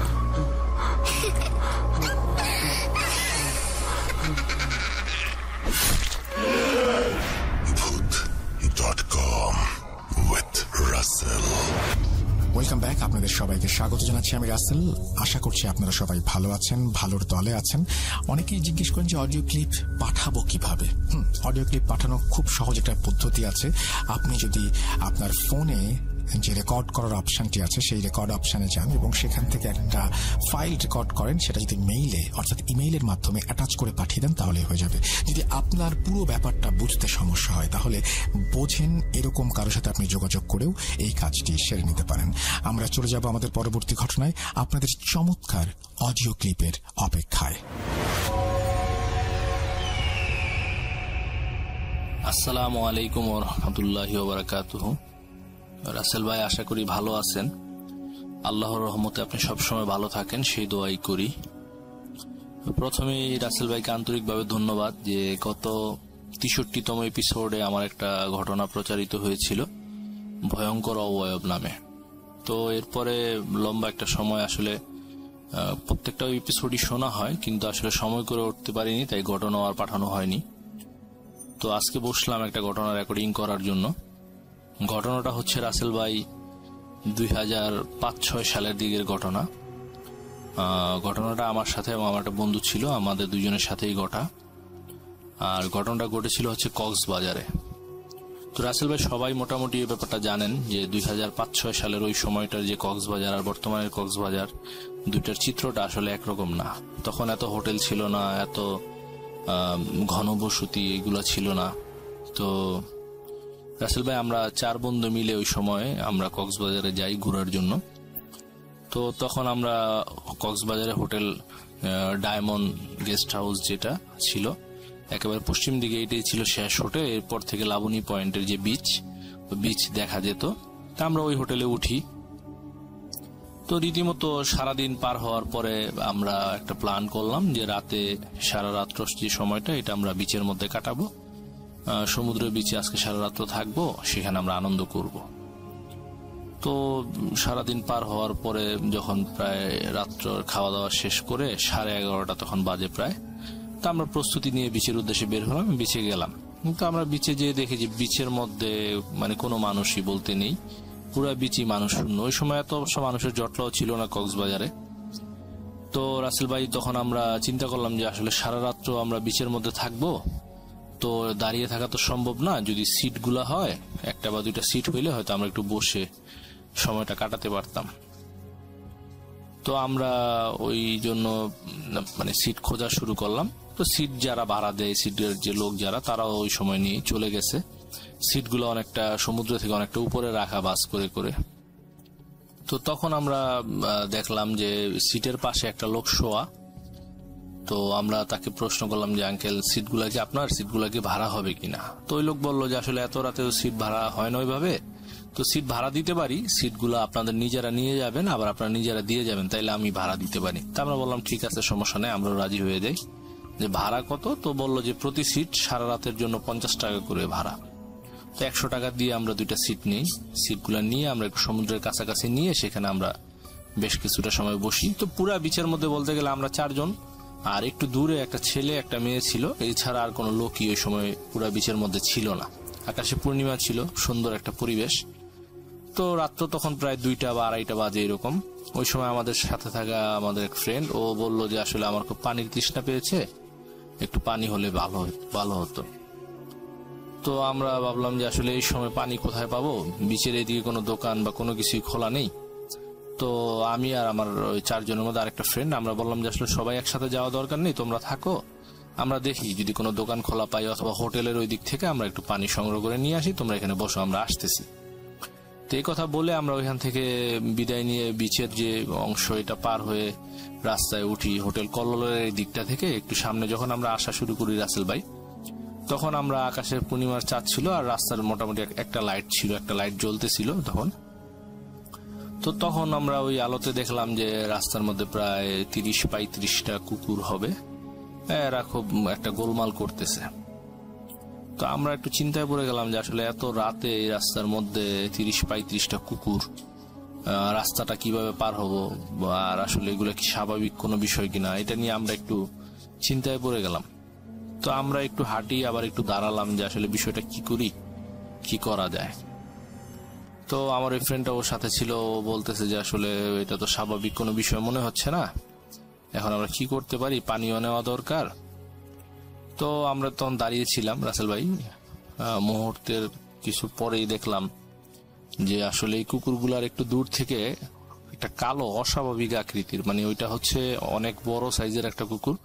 সাধারণত কোনো কুকুর আমি কোনো সময় এরকম এত বড় সাইজের কুকুর আমার জীবনে আমি আগে পরে কোনো সময় দেখিনি। তো সম্পূর্ণ কালো কুচকুচে একটা কুকুর ওই দিক থেকে আসলো। ওই কুকুরটাকে দেখার পরে এই কুকুরগুলা সব মানে বলতে গেলে 1 মিনিটের মধ্যে ভ্যানিশ। এই কুকুরগুলা কোনো কুকুর আর মানে 1 মিনিটের মধ্যে দেখলাম যে কোনো কুকুরই এখানে নেই, কুকুরের শব্দ নেই, কোনো কুকুর নেই, হট্টগোল নেই, শুধুমাত্র ওই কালো কুকুরটাই ওইখানে আছে। তো তখন আমরা মানে ভাবলাম যে আসলে আমরা কি করব, এই আমাদের তো পানি তো আনতে হবে। তো আমরা দোয়া দুরুদ পরে আমরা আমাদের মতো যাই, এইটার মতো যাক, এটা আমাদের দেখার বিষয় না। আমরা একটু সাহস করে সামনে এগোতে থাকলাম। ওই কুকুরটাও আমাদেরকে ক্রস করতেছিল। তো একটা পর্যায়ে আমার কাছে মনে হলো যে একটা লাঠি টাইপের কিছু যদি হয় তো সেটা মনে হয় যে সাথে রাখলে জিনিসটা ভালো হয়। তো আমি রাস্তার পাশে একটা বাঁশের যে ছোট একটা অংশ এরকম একটা পেলাম, তো সেটা আমি নিতে গেলাম। তো আমার ওই ফ্রেন্ডটা আমাকে নিষেধ করলো, বললো যে না তুমি এটা নিও না, সমস্যা আছে, এটা নেওয়া যাবে না, তুমি এটা রাখো, এটা নিও না, আমরা আমাদের মতো যাই। তো যে কথা ঠিক আছে, আমরা দোয়া দুরুদ পড়তে পড়তে পড়তে পড়তে একটু সামনে এগোলাম। বার্মিস মার্কেট থেকে হোটেলগুলার আসার যে মোড়টা, মোড়ের কিছুটা কাছাকাছি আসার পরে আমি আবার একটু পিছনে তাকালাম, তাকিয়ে দেখলাম যে আসলে কুকুরটা আমাদেরকে ফলো করতেছে এবং আমাদের পিছনে আসতেছে। তো ঠিক আছে, বুঝতে পারলাম যে আসলে এটা কোনো স্বাভাবিক কোনো বিষয় আমাদের সাথে ঘটতেছে না, এটা নিশ্চয়ই হয়তো অন্য কোনো ভিন্ন টাইপের কিছু একটা হবে। তো আমরা বার্মিস মার্কেটের মোড়ের ওই দিকটা যাওয়ার পরে দেখলাম একটা খালি রিক্সা, অন্ধকারের ওই দিক থেকে একটা মানে বাম সাইডটা পুরোই অন্ধকার ছিল রাস্তাটা, ওই দিক থেকে একটা রিক্সা আসলো। তো এত রাতে একটা খালি রিক্সা, আমরাও একটু মানে হলাম, আমরা আর কোনো কথা না বলে আমরা বললাম মামা আমাদের একটু সামনে নিয়ে যান। এই কথা বলে আমরা আর কিছু না বলে আমরা লাফ দিয়ে রিক্সায় উঠে গেলাম। তো রিক্সায় উঠে বললাম যে আমরা, বললো মামা কোথায় যাবেন, বললাম একটু সামনে মামা, আমাদের হোটেলের এখানে নামান। তো পরে রিক্সায় উঠে পিছনে তাকালাম, আমাদের জাস্ট একটা ডিস্টেন্স মেনটেন করে আমাদের রিক্সাটাও চলতেছে, ওই কালো কুকুরটাও আমাদের পিছন আসতেছে। তো আস্তে আস্তে আস্তে আস্তে দেখতেছি, আমিও ফলো করতেছি যে এটা যে আমাদের সাথে মানে একটা ডিস্টেন্স মেনটেন করে আমাদের পিছনে আমাদেরকে ফলো করতেছে, এটা আমি একদম নিশ্চিতভাবে আমরা বুঝতে পারতেছি। আমার ওই ফ্রেন্ডটা পুরা চুপ, ও কোনো কথাই বলতেছে না। তো আমরা আস্তে আস্তে আস্তে আস্তে যখন হোটেল ডায়মন্ড গেস্ট হাউসের এখানে মানে প্রায় ওই হোটেলের গেস্ট হাউসের যে আলোটা রাস্তায় ছিল, আমরা আলোটার মধ্যে জাস্ট আসলাম, আলোতে এসে পিছনে তাকিয়ে দেখি কোনো কুকুর টুকুর কোনো কিছু নেই, মানে অন্ধকার যে যতটুকু ছিল রাস্তাটা ওই কুকুরটা আমাদেরকে ফলো করতেছিল। যখনই আমরা বাতির আলোতে আসলাম দেখলাম যে না, আর রাস্তাটা তো পুরো একেবারে সোজা, কুকুর ওইখানে আর কোনো কুকুরের কোনো অস্তিত্ব কোনো চিহ্ন আমরা আর পেলাম না। তো ওইখানে আমি নামলাম, নামার পরে তো একটা মানে যে একটা মানসিক একটা চাপ ভয় কাজ করতেছিল ওইটা অনেকটা একটু স্বাভাবিক। তো পরে হোটেলের সামনের লোকদেরকে বললাম যে ভাই পানি কোথায় পাওয়া যাবে, তো বললো যে একটু সামনে যান, ওখানে একটা দোকান আছে কনফেকশনারি, ওইটা খোলা পাবেন, ওইখানে পানি পাবেন। তো পরে আমরা পানি নিলাম, পানি নিয়ে আমরা ওই রিক্সা দিয়েই বললাম মামা আমাদেরকে একটু বিচে দিয়ে আসেন। তো আমরা বিচের এখানে আসলাম, বিচে এসে আমাদের ওই যে দুই বন্ধু বিচে ছিল ওদের সাথে দেখা করলাম। তো পরে হইলো আমার ওই যে বন্ধুটা আমার সাথে ছিল ও আমাকে যেটা বলে সেটা শোনার পর আমি আরো বেশি আসলে অবাক হয়েছি। তো ও বললো যে আসলে হাবিব, এই যে ঘটনাটা হয়েছে আমাদের সাথে, বিষয় হলো এই কুকুরটা এটার সাথে আমার প্রতিদিনই দেখা হয়, এটার সাথে আমার প্রতিদিনই দেখা হয়। যখন আমি নারায়ণগঞ্জে থাকি তখনও রাত্রে কোনো না কোনো একটা সময় এটা আমার সাথে সাক্ষাৎ করে, আর আমি যদি বাইরে কোথাও যাই তো সেটাও সেই সময় এটা আমার সাথে সাক্ষাৎ করে। তো আমি এই জন্য আসলে এই হুজুর কবিরাজ এগুলো দেখিয়েছি। এটা মূলত হচ্ছে আমি যখন, ও বলতেছে ওর ভাষ্য মতে আর কি, ও যখন এসএসসি পরীক্ষার আগে রাত জেগে পড়তো জানালা খুলে, তো ওর রুমের একটু সামনে একটা বাহিরে একটা বাথরুম ছিল, তো ওই দিকটা একটা পথ ছিল, এই ধরনের কোন একটা জিন বা কিছু খারাপ কিছু একটা যাতায়াত করতো, তো ওকে ওইখান থেকে দেখে এবং ওর প্রতি হচ্ছে এটা একটা আসর বলেন বা পজেস্ট বলেন এরকম একটা বিষয় হয়। এরপর থেকে এইটা প্রতিদিনই নাকি ওর সাথে কোনো না কোনো সময় দেখা করে। তো এই হচ্ছে ঘটনা। আমি এটা শোনার পর আরো বেশি আসলে মানে হলাম যে আসলে ও ব্যাপারটা আগে থেকেই জানতো বা এরকম একটা কিছু। তো রাসেল ভাই হচ্ছে আমাদের কক্সবাজারের ঘটনা। তো ধন্যবাদ রাসেল ভাই। যদি ঘটনাটি সিলেক্ট হয় আশা করি প্রচার হবে। আর ইনশাল্লাহ আরেকটা ঘটনা আছে রাসেল ভাই, ওইটা আমি আগামী সপ্তাহে আবার সময় করে ইনশাল্লাহ পাঠাবো। ভালো থাকবেন। বুট.com এর সকল লিসেনারদেরকে ধন্যবাদ। আসসালামু আলাইকুম ওয়া রাহমাতুল্লাহ।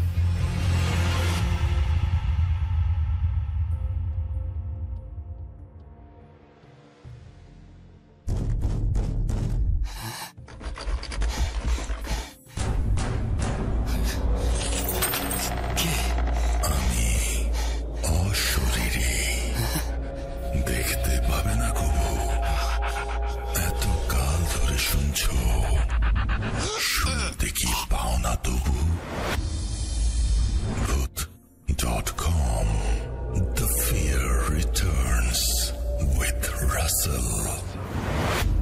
Welcome back. আপনাদের সবাইকে স্বাগত জানাচ্ছি। আমি রাসেল। আশা করছি আপনারা সবাই ভালো আছেন, ভালোর দলে আছেন।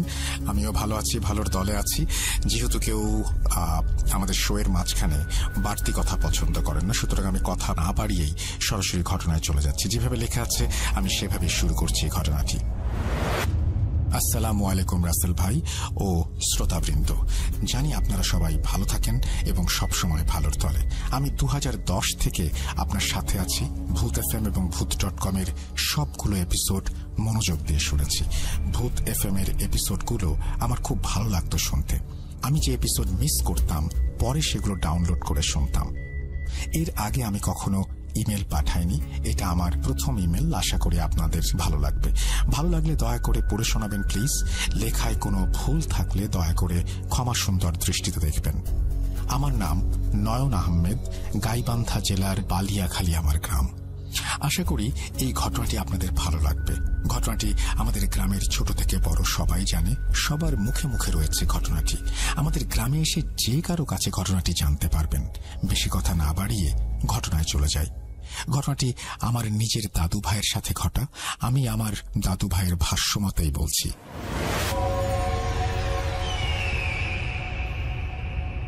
সময়টা 1970 সালের আগে।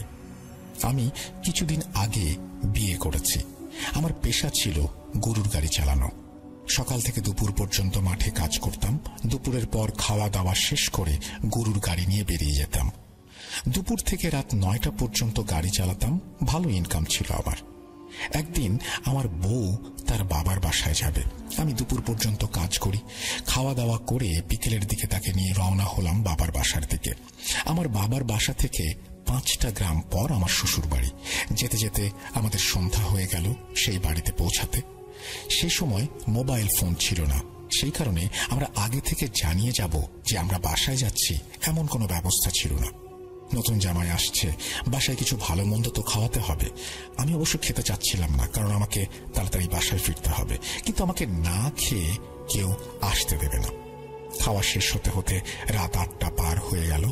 আমার আবার বাসায় ফেরত আসতে হবে, কেননা আমার বাবা তখন বেঁচে ছিলেন না। বাসায় আমার মা ও ছোট 3 ভাই ছিল। সে সময় এলাকায় খুব ডাকাতি হতো। আমাদের বাড়িতে এর আগেও ডাকাতি হয়েছে, তাই ভাবলাম যেভাবে হোক আমাকে বাসায় যেতে হবে। যদিও কেউ আসতে দিচ্ছিল না, তারপরে আমি থাকলাম না, চলে আসলাম। যাই হোক, শ্বশুরবাড়ি থেকে বের হলাম। একটু হেঁটে এসে রাস্তায় দাঁড়ালাম। দেখলাম চারপাশে লোকজন কেউ নেই। মাঝে মধ্যে 2-1টা গাড়ি আসছে, সেগুলো আবার আমাদের এই রাস্তায় আসবে না। প্রায় আধা ঘন্টা পর যখন কোনো গাড়ি পাচ্ছি না, তখন ভাবলাম যে শ্বশুরবাড়ি ফেরত চাই। যাক, কপাল ভালো, শেষে একটা রিক্সা আসলো, তাও আমাদের গ্রাম থেকে 1 গ্রাম আগে পর্যন্ত আসবে। কি আর করা, উঠলাম রিক্সাতে। রিক্সাওয়ালার সাথে গল্প করতে করতে কখন যে এসে পৌঁছালাম তা বলতে পারলাম না। যখন ওখানে আমাকে নামিয়ে দেয় তখন হয়তোবা 9টা পার হয়ে 10টার মতো বাজে। কাউকে না দেখতে পেয়ে সামনে হাঁটতে লাগলাম। ভাবলাম যদি কোনো গরুর গাড়ি পাই তো চলে যাব। জানি এখন কোনো গরুর গাড়ি পাওয়া যাবে না। আমি যেহেতু গরুর গাড়ি চালাই, সুতরাং কোন সময় গাড়ি পাওয়া যায় আর কোন সময় গাড়ি পাওয়া যায় না এটা আমার ভালোই জানা আছে। তারপরেও একটা আশা ছিল যে আমার সাথে কোনো গাড়িওয়ালাকে পাবো আমি। এখানে একটা কথা আছে, আমাদের বাড়ি পর্যন্ত পৌঁছানোর জন্য এই রাস্তায় এখন কি কি পড়ে সেটা একটু বলি। আমি যেখানে নামলাম এখানে কিছু ঘনবসতি বাড়ি। 10 মিনিট হাঁটলে এই বাড়িগুলো পার হয়ে যাব। তারপর বিশাল একটা ধান ক্ষেত, খোলা মাঠ। সেই মাঠের ঠিক মাঝখান দিয়ে আমাদের গ্রামে যাওয়ার রাস্তা। ছোট্ট একটি নদী এসে রাস্তার এই পাশ থেকে ওই পাশে চলে গেছে। ওইখানে একটি শ্মশানঘাট, শ্মশানঘাটের ওপরে বিশাল একটা বটগাছ। বটগাছটি এত পুরনো যে গাছটার পাতা, শেকড়, ডাল দিয়ে ভরে গেছে। দিনের বেলায়ও এই জায়গাটা অন্ধকার হয়ে থাকে। এবং নদীর ওপর দিয়ে একটি ব্রিজ। ওই গ্রামের বাড়িগুলো থেকে আমাদের গ্রামের বাড়িগুলোর মাঝখানে 1 কিলো ফাঁকা রাস্তা। তাহলে বুঝতেই পারছেন যে ওই জায়গাটা কিরকম একটা ভয়ানক জায়গা হতে পারে। তো ঘটনায় চলে আসি। আমি হাঁটছি তো হাঁটছি, বুঝলাম যে আজকে আর কোনো গাড়ি পাওয়া যাবে না। কি আর করার, আমার তো বাড়িতে যেতেই হবে। আমি আমার মতো যেতে লাগলাম। যতক্ষণ গ্রামের ভেতর বাড়িগুলোর কাছে ছিলাম ততক্ষণ কিছু মনে হয়নি। যখন বাড়িগুলো পার হয়ে খোলা মাঠে রাস্তায় আসলাম তখন কেন যেন একটু ভয় অনুভব করলাম। হয়তোবা চাঁদনি রাত ছিল, তাও চারিদিকে কিরকম নীরবতা। কোনো লোকজন দূরের কথা, কোনো প্রকার ঝিঝি পোকার আওয়াজও ঠিক মতো শোনা যাচ্ছে না। হঠাৎ দেখি আমার পেছন থেকে একটি গরুর গাড়ি আসলো। আমার কাছে এসে আমাকে বলছে, আব্দুল ভাই, গাড়িতে ওঠেন, আমি আপনাদের বাড়ির দিকে যাচ্ছি। আমি তো অবাক, এই সময় কোনো গরুর গাড়ি তো আসার কথা না। তারপরও আমাকে কিভাবে চেনে আমি সেটাও বুঝতে পারছি না। আমি তাকে চিনি না, তার মুখটা ঠিক মতো দেখা যাচ্ছে না, তারপরও বোঝা যাচ্ছে তাকে আমি চিনি না।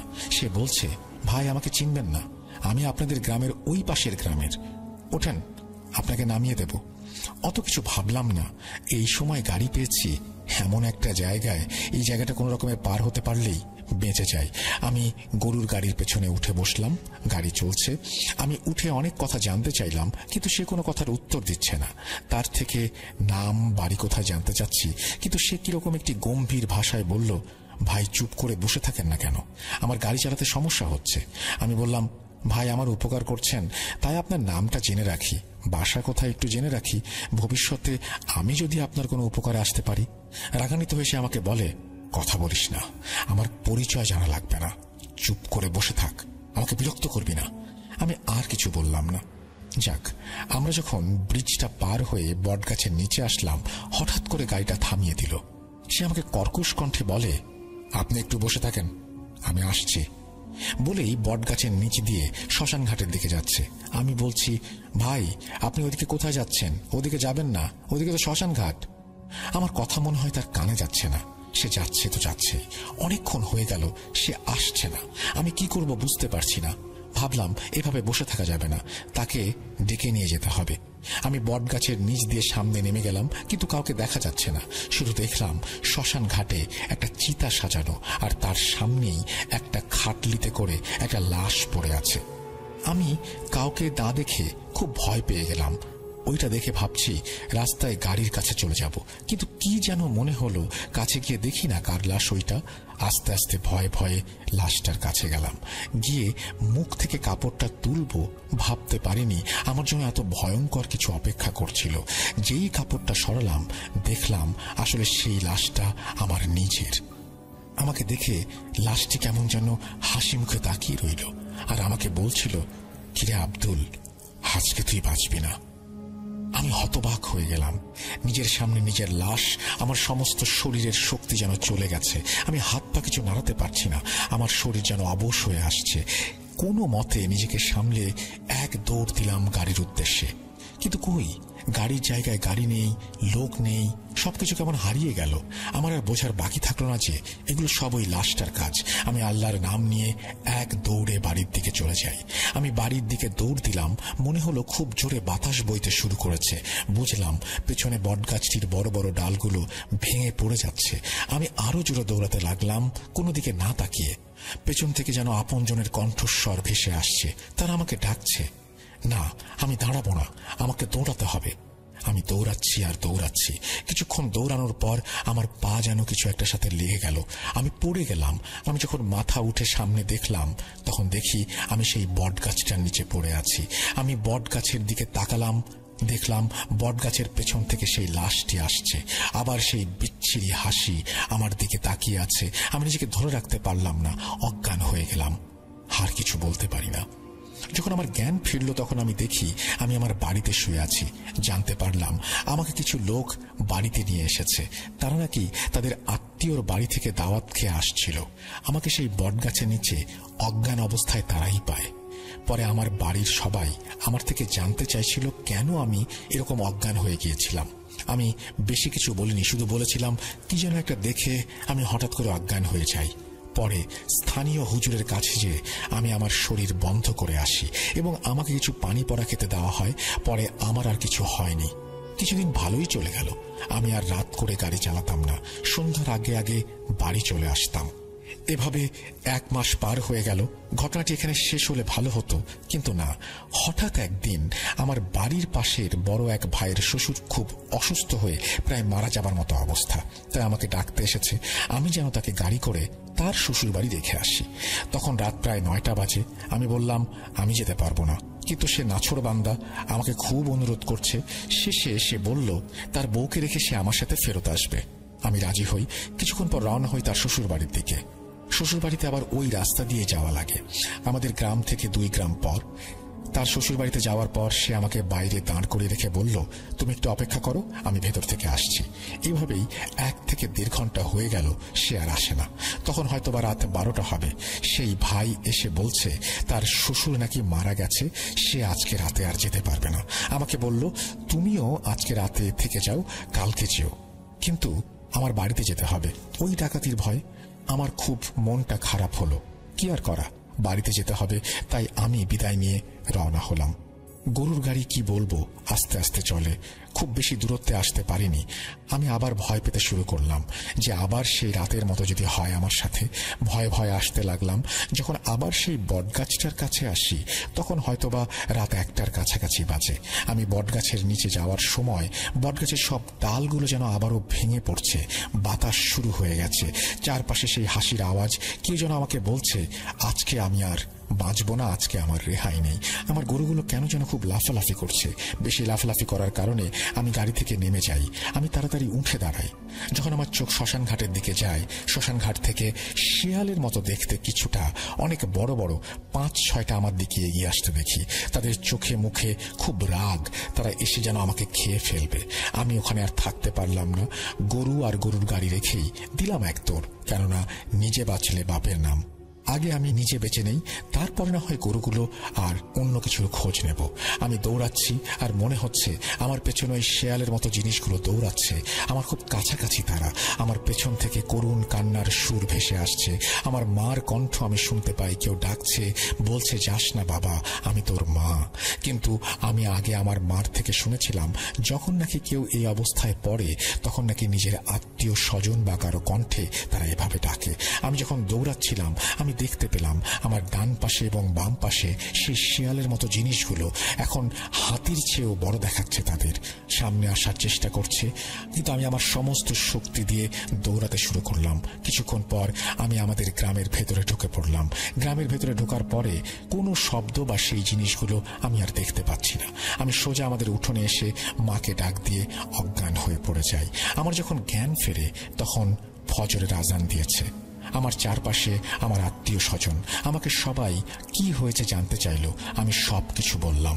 পরে আমার কিছু চাচা মিলে সেই গরু আর গরুর গাড়িটি খুঁজতে যায়, কিন্তু তারা যে সবচেয়ে ভয়ঙ্কর জিনিসটা দেখে, গাড়িটা রাস্তায় পড়ে আছে শ্মশান ঘাটে, আর প্রিয় গরু দুটোর মাথাগুলো ভালো আছে, বাকি শরীরের নাড়ি ভুড়ি সহকারে কে যেন ছিঁড়ে খেয়েছে।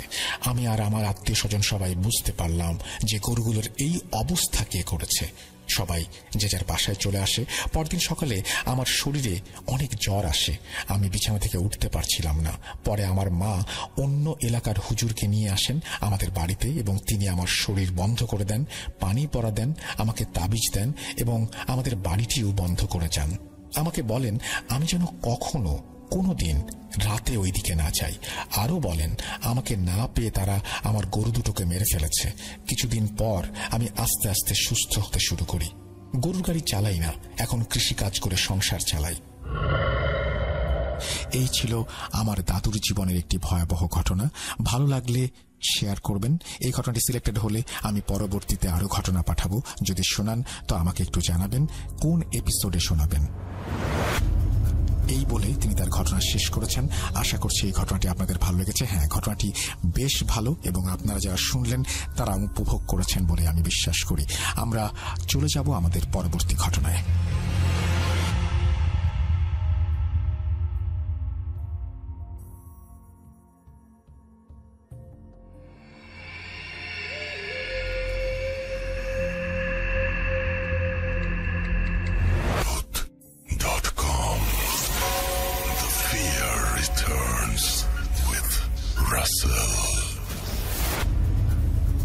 একটি বছর শেষ হয়ে যাচ্ছে। আমার একারই কি মনে হয় নাকি আপনাদের সবার মনে হয় যে 2024 ঝড়ের গতিতে শেষ হয়ে গেল? আমার কাছে কেন যেন তাই মনে হয়। আমরা তো শেষের 6 মাস আমরা শুধুমাত্র কি বলছো পত্রিকার পাতায় টেলিভিশনের পর্দা থেকে চোখই সরাতে পারলাম না। এমন একটা বছর গেল আমাদের, এবং আমার কাছে মনে হয় 2025 আমাদের স্থিরতা দিবে। আমরা দারুণ দারুণ ভাবে আমাদের যে স্বপ্ন আমরা দেখছি সেই স্বপ্নকে সফল করতে পারবো। ভেবেছেন কিছু 2025 নিয়ে? কোনো কিছু ভাবুন আর না ভাবুন, 2025-এ ভূত.com-এর সঙ্গে থাকবেন এবং ঘটনাও পাঠাতে হবে, সেটা মাথায় রাখবেন। আমরা চলে যাব আমাদের পরবর্তী ঘটনায়। আপনার ঘটনার অপেক্ষায় দারুণ একটা এপিসোড নিয়ে আসতে চাই নতুন বছরের শুরুতেই।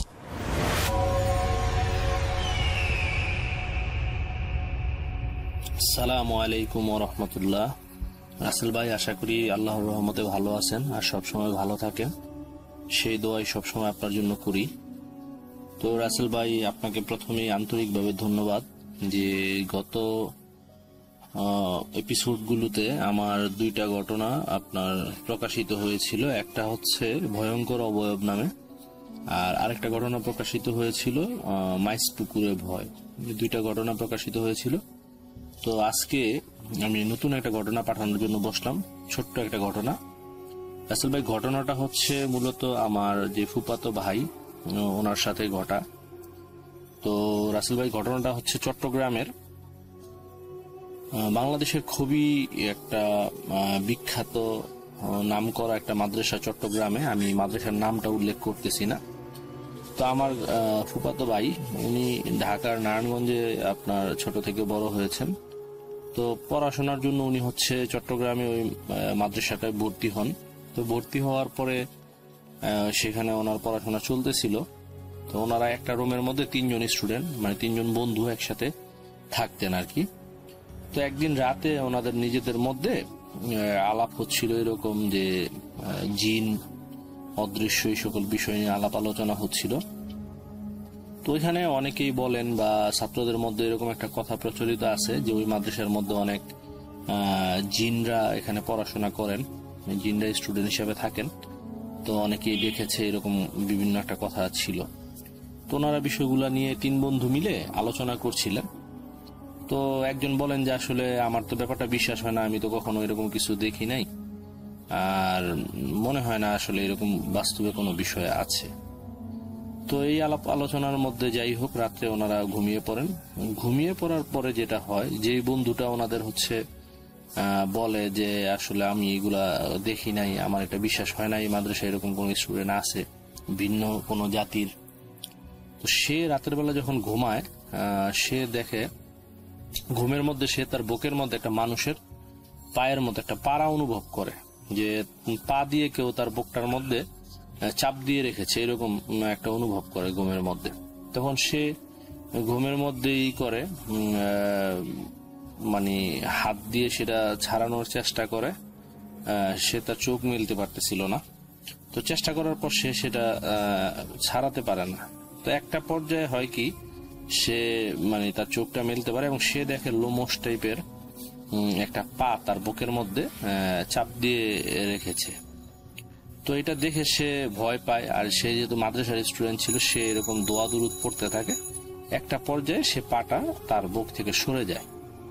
তো এই হচ্ছে তার রাতের ঘটনা। পরের দিন সকালবেলা যথারীতি সে তার বন্ধুদের সাথে, ওই আমার ফুফাতো ভাইয়ের সাথে এবং আরেক যে ফ্রেন্ড তাদের রুমে ছিল, তার সাথে বিষয়টা শেয়ার করে যে রাতে বন্ধু আমার তো এরকম এরকম একটা ঘটনা ঘটে।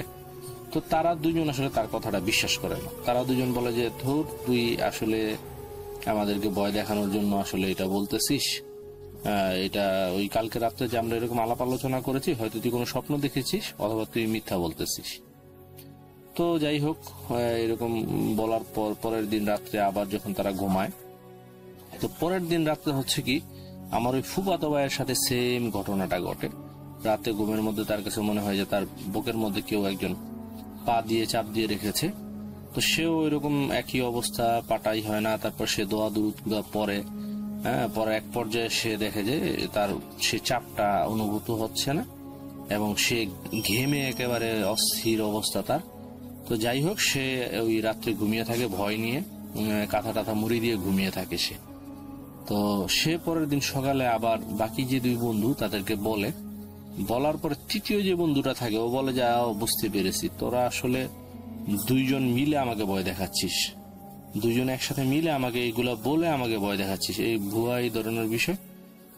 তো সেই বন্ধুটা এটা মন্তব্য করে। যাই হোক, ওই দিন ক্লাস শেষ হয়, সারাদিন যে রাত্র আসে, রাত্রে তারা আগের মতো খাওয়া দাওয়া করে যখন কথাবার্তা শেষ করে ঘুমায়, তো ওই অবস্থাতে তৃতীয় যে বন্ধুটা থাকে, তৃতীয় বন্ধুটার সাথে সেম রাতে এই ঘটনাটা ঘটে, যে কেউ একজন তার বুকের মধ্যে পাড়া দিয়ে রেখেছে, এরকম তার কাছে মনে হয়। তখন সে তার স্মরণ হয় যে এই ঘটনা তো আসলে আমার 2 বন্ধুর সাথেও ঘটেছে, আমি তো বিশ্বাস করিনি। তখন সে অনেক চেষ্টা করে পাটা সরানোর জন্য। তো সে তখন দোয়া দুরুদ পড়তে থাকে, বিভিন্ন দোয়া, কোরআনের আয়াত এগুলো তেলাওয়াত করতে থাকে। মনে মনে তেলাওয়াত করতে করতে একটা পর্যায়ে সে পাটা তার থেকে সরে যায়। তখন সে ওই রাতেই মানে সে উঠে বন্ধুদেরকে ডাকে। তখন আমার ফুফাতো ভাই এবং আরেক যে ফ্রেন্ড যে ছিল, তারা 2 জন উঠে দেখে যে তার অবস্থা খুবই খারাপ, সে ঘেমে টেমে ভয়ে একেবারে অবস্থা খারাপ। তো তারা বলে কি হয়েছে? তখন সে বলে যে বন্ধু, আমি তো তোদের কথা বিশ্বাস করিনি, আজকে তো আমার সাথে তোদের মতো সেম ওই ঘটনাটা আমার সাথে আজকে ঘটেছে। তো বলে যে কি হয়েছে? বলে যে এই অবস্থা আমার সাথে, আমার বুকের মধ্যে পা দিয়ে রেখেছিল কেউ, লোমস একটা পা। তো আমি যখন অনেক দোয়া টোয়া পড়ি, তখন সেটা আমার এখান থেকে সরে। তখন তারা 3 জন মিলে বিষয়টা বুঝতে পারে যে আসলে তারা যে আলোচনা করেছে বা বলেছে যে এরকম তুচ্ছতাচ্ছিল্য করেছে তাদেরকে, সেটা আসলে যার কারণে তাদের সাথে এরকম একটা ঘটনা ঘটে। পরে যাই হোক, তারা তাদের ক্লাসের আরো 2-1 জনের সাথে বিষয়টা শেয়ার করে। তখন তারাও বলে যে না, আসলে এই মাদ্রাসার মধ্যে জিন স্টুডেন্ট আছে। তা অনেক ছাত্ররাই বিভিন্ন সময় বিভিন্ন ঘটনা তারা দেখেছে এবং প্রত্যক্ষ করেছে। তবে সাধারণত তারা কারো কোনো ক্ষতি করে না। যদি তাদের কেউ কোনো ক্ষতি না করে, তো তারা সাধারণত কোনো ক্ষতি করে না। তো এই হচ্ছে বিষয়। পরবর্তীতে আমার ফুফাতো ভাই যতদিন ওই মাদ্রাসায় ছিল তারা এইগুলা বুঝে শুনে ওইভাবেই চলাফেরা করতো, আর পরবর্তীতে তাদের সাথে আর এরকম কোনো ঘটনা ঘটেনি। তো রাসেল ভাই অনেক ধন্যবাদ। এই ছিল আজকের ঘটনা। ইনশাআল্লাহ দেখি পরবর্তী সময় সুযোগ করে আরো কিছু নিজের সাথে ঘটা ছোট ছোট কিছু ঘটনা আছে, ওগুলা ইনশাআল্লাহ সময় হলে আবার পাঠাবো। আসসালামু আলাইকুম রহমতুল্লাহ। ভালো থাকবেন সবাই।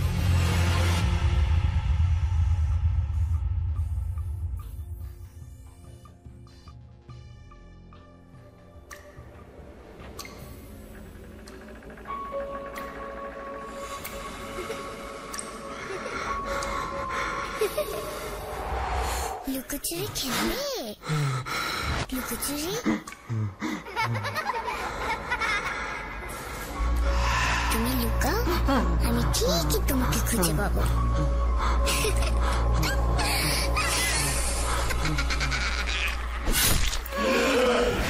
Bhoot.com with Russell. Welcome back. আপনারা সবাই জানেন যে আমাদের যারা লিসেনার আছেন তাদের বিরাট একটা অংশ প্রবাসে থাকেন, এবং আমাদেরকে মালয়েশিয়া থেকে আমাদের একজন ভাইয়া তিনি ঘটনা পাঠিয়েছেন। আমি ঘটনাটি পড়তে চাচ্ছি। তার প্রতি শ্রদ্ধা জানিয়ে, মালয়েশিয়ার সমস্ত শ্রোতাদের প্রতি শ্রদ্ধা জানিয়ে আমি শুরু করছি। যেভাবে লিখেছেন আমি সেভাবেই পড়ছি। আসসালামু আলাইকুম রাসেল ভাই, আশা করি সব সময়ের মতো ভালো আছেন। আমি মোহাম্মদ জুয়েল রানা, লিখছি মালয়েশিয়া থেকে। জীবিকার তাগিদে আজ প্রায় 7টি বছর ধরে প্রবাস জীবন যাপন করছি। আমার ঘটনাটা হয়তো সবার কাছে তেমন ভয়ের নাও লাগতে পারে, কিন্তু আমার সাথে ঘটেছে, তাই একমাত্র আমিই বুঝতে পারি ঠিক কেমন লেগেছিল। কথা না বাড়িয়ে ঘটনা শুরু করছি।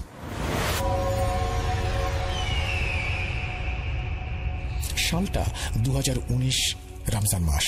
কোম্পানিতে মোট 40 থেকে 43 জন শ্রমিক, তার মধ্যে বাঙালি আমরা মাত্র 12 জন, বাকি সবাই নেপালি। বলে রাখা দরকার, নেপালিদের মধ্যে 4 জন ছিলেন মুসলিম।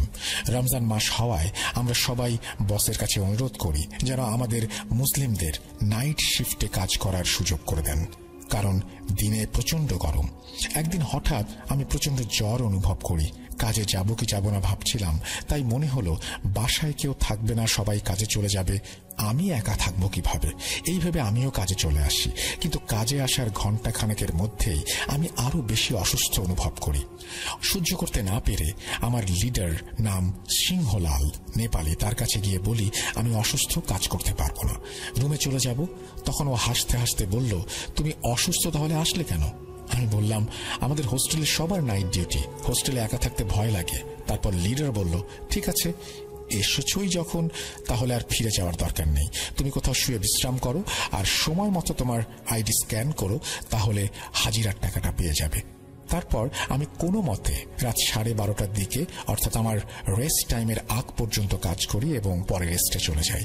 আমি এবং আহমেদ নামের একজন নেপালি ছেলে মেইনটেনেন্স রুমে চলে যাই শোয়ার জন্য। সেখানে গিয়ে দেখি একজন নেপালি নাম বচ্চন রেইন, সে আমাদের আধা ঘন্টা আগে এসে রেস্ট নিচ্ছে।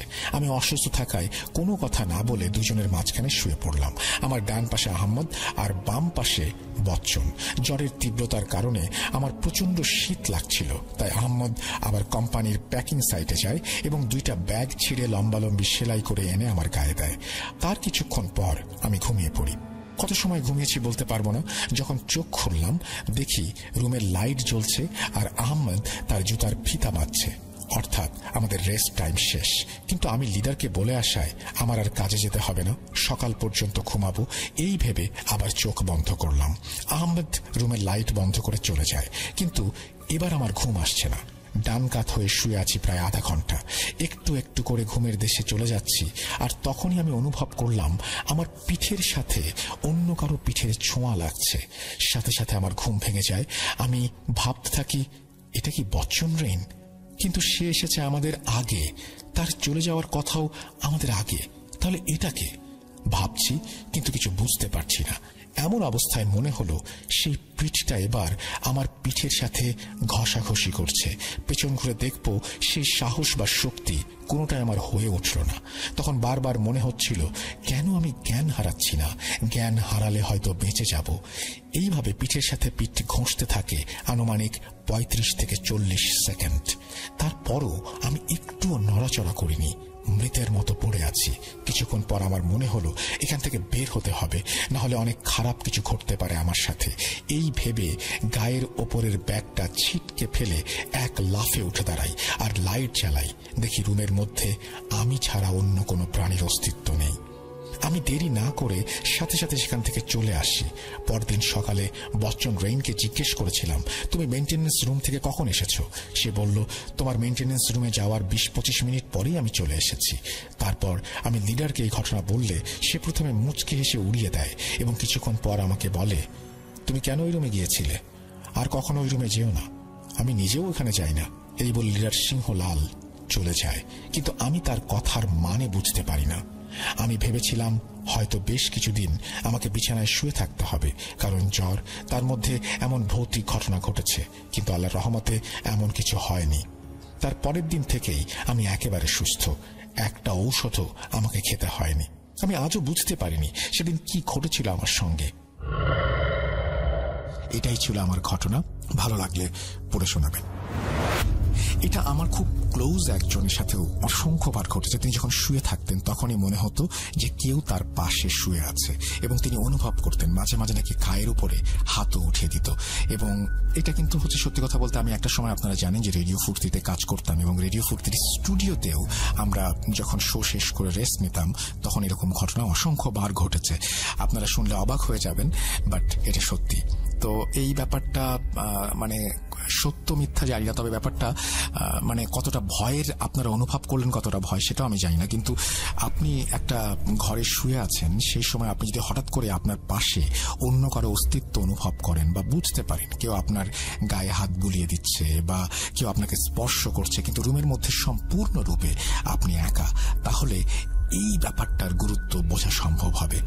আমার সাথে এই ঘটনাটা সরাসরি ঘটেছে এমন বলবো না, কিন্তু আমার সাথে কাজ করতেন এরকম কারো সাথে এই ঘটনাটি ঘটেছিল। আমি তার নাম বলছি না, এবং যারা আমার শো আগে থেকে শুনেছেন বা শুনেন তারা নিশ্চয়ই বুঝতেই পারছেন যে আমি কি বলছি।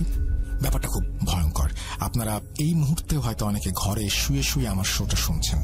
এখন ঠান্ডার রাত, শীতের রাত, এবং আপনি যদি হঠাৎ করেই অনুভব করেন যে ঘরের মধ্যে আপনি একা, তারপরেও কারো অস্তিত্ব অনুভব করছেন বিছানার উপরে, কেউ আপনাকে স্পর্শ করার চেষ্টা করছে, কেউ আপনার শরীরে একটা হাত তুলে দিল, হঠাৎ করে ঘুম ভেঙে উঠে এরকম একটা দৃশ্যের যদি অবতারণ হয়, তাহলে আপনার কেমন লাগবে জানাবেন আমাদের।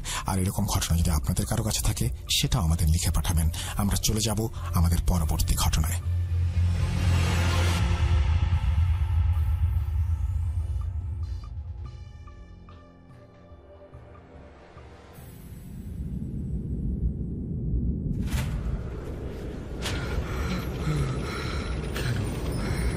কেন তুমি আসো?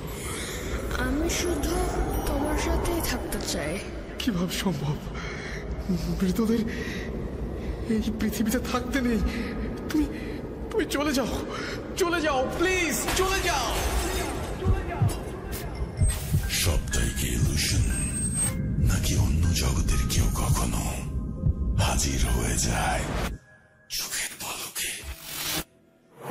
ভূত.com with Russell। আসসালামু আলাইকুম রহমতুল্লাহি ওয়া বারাকাতুহু।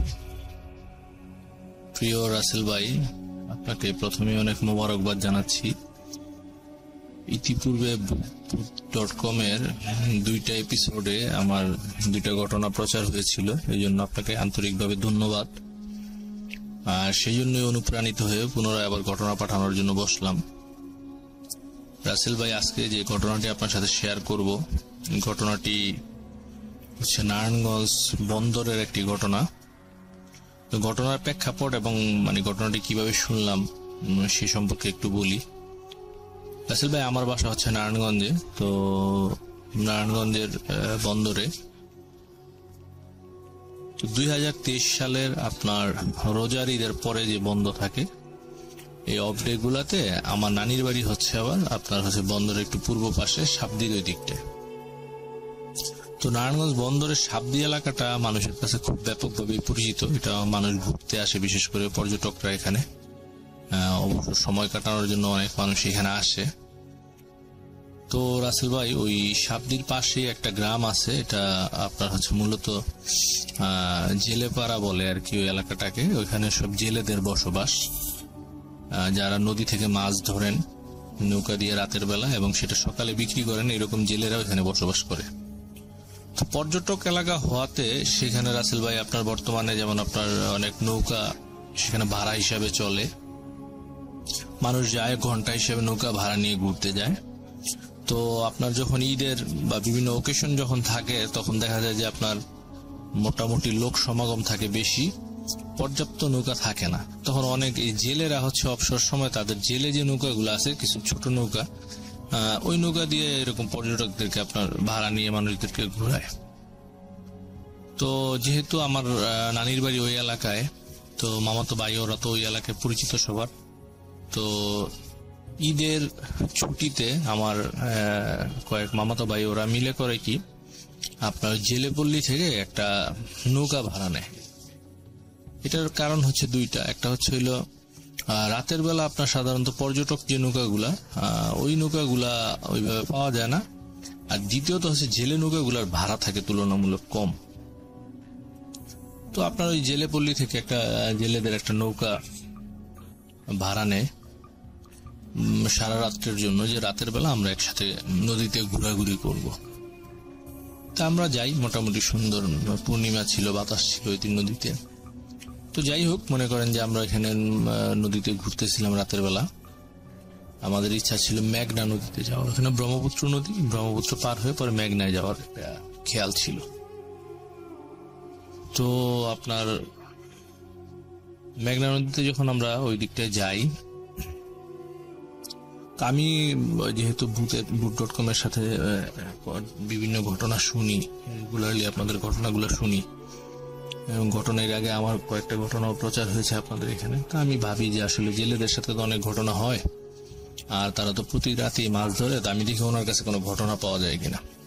আমি ওই যে জেলে ভাই ছিল মাঝি, ওনার কাছে বসি আর কি। তো ওনার সাথে কথা বলতে বলতে একটা সময় খুব আন্তরিকতা তৈরি হয়। তখন তাকে আমি প্রশ্ন করি যে ভাই, আসলে আপনারা তো নদীতে রাতের বেলা মাছ শিকার করেন, সারা রাত্র অনেক সময় নদীতে থাকেন, তো আপনাদের সাথে কোনো ঘটনা ঘটে কিনা।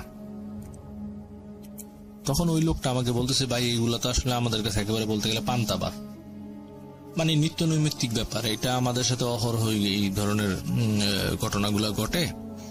তো তখন আমি বলি, আচ্ছা ভাই ঠিক আছে, আপনার তো বিভিন্ন ঘটনার মধ্যে থেকে আপনি একটা ঘটনা আমাকে বলেন, যে কোন ঘটনাটা আপনার কাছে বেশি মানে মনে আছে বা গুরুত্বপূর্ণ মনে হয়েছে, এরকম একটা ঘটনা আপনি আমাকে বলেন, সেটা আমি বুট.com পাঠাবো। তখন ওই জেলে ভাই আমাকে যে ঘটনাটা শেয়ার করে, তো উনি বলে যে এরকম একদিন বৃষ্টির রাত্রে, তো উনি আর ওনার বাবা যে ছিল, ওই মাঝি ছিল আর কি জেলে, উনি বয়স ইয়াং। তো উনি বলে যে আমি আর আমার বাবা, আমরা দুইজন একসাথে মূলত মাছ শিকার করি নদীতে। তো বৃষ্টির রাতে আর কি, এমনি মেঘলা, তারপরে বৃষ্টির রাত্র ছিল। তো ওই রাতে একদিন আমরা নদীতে মাছ শিকার করতে যাই।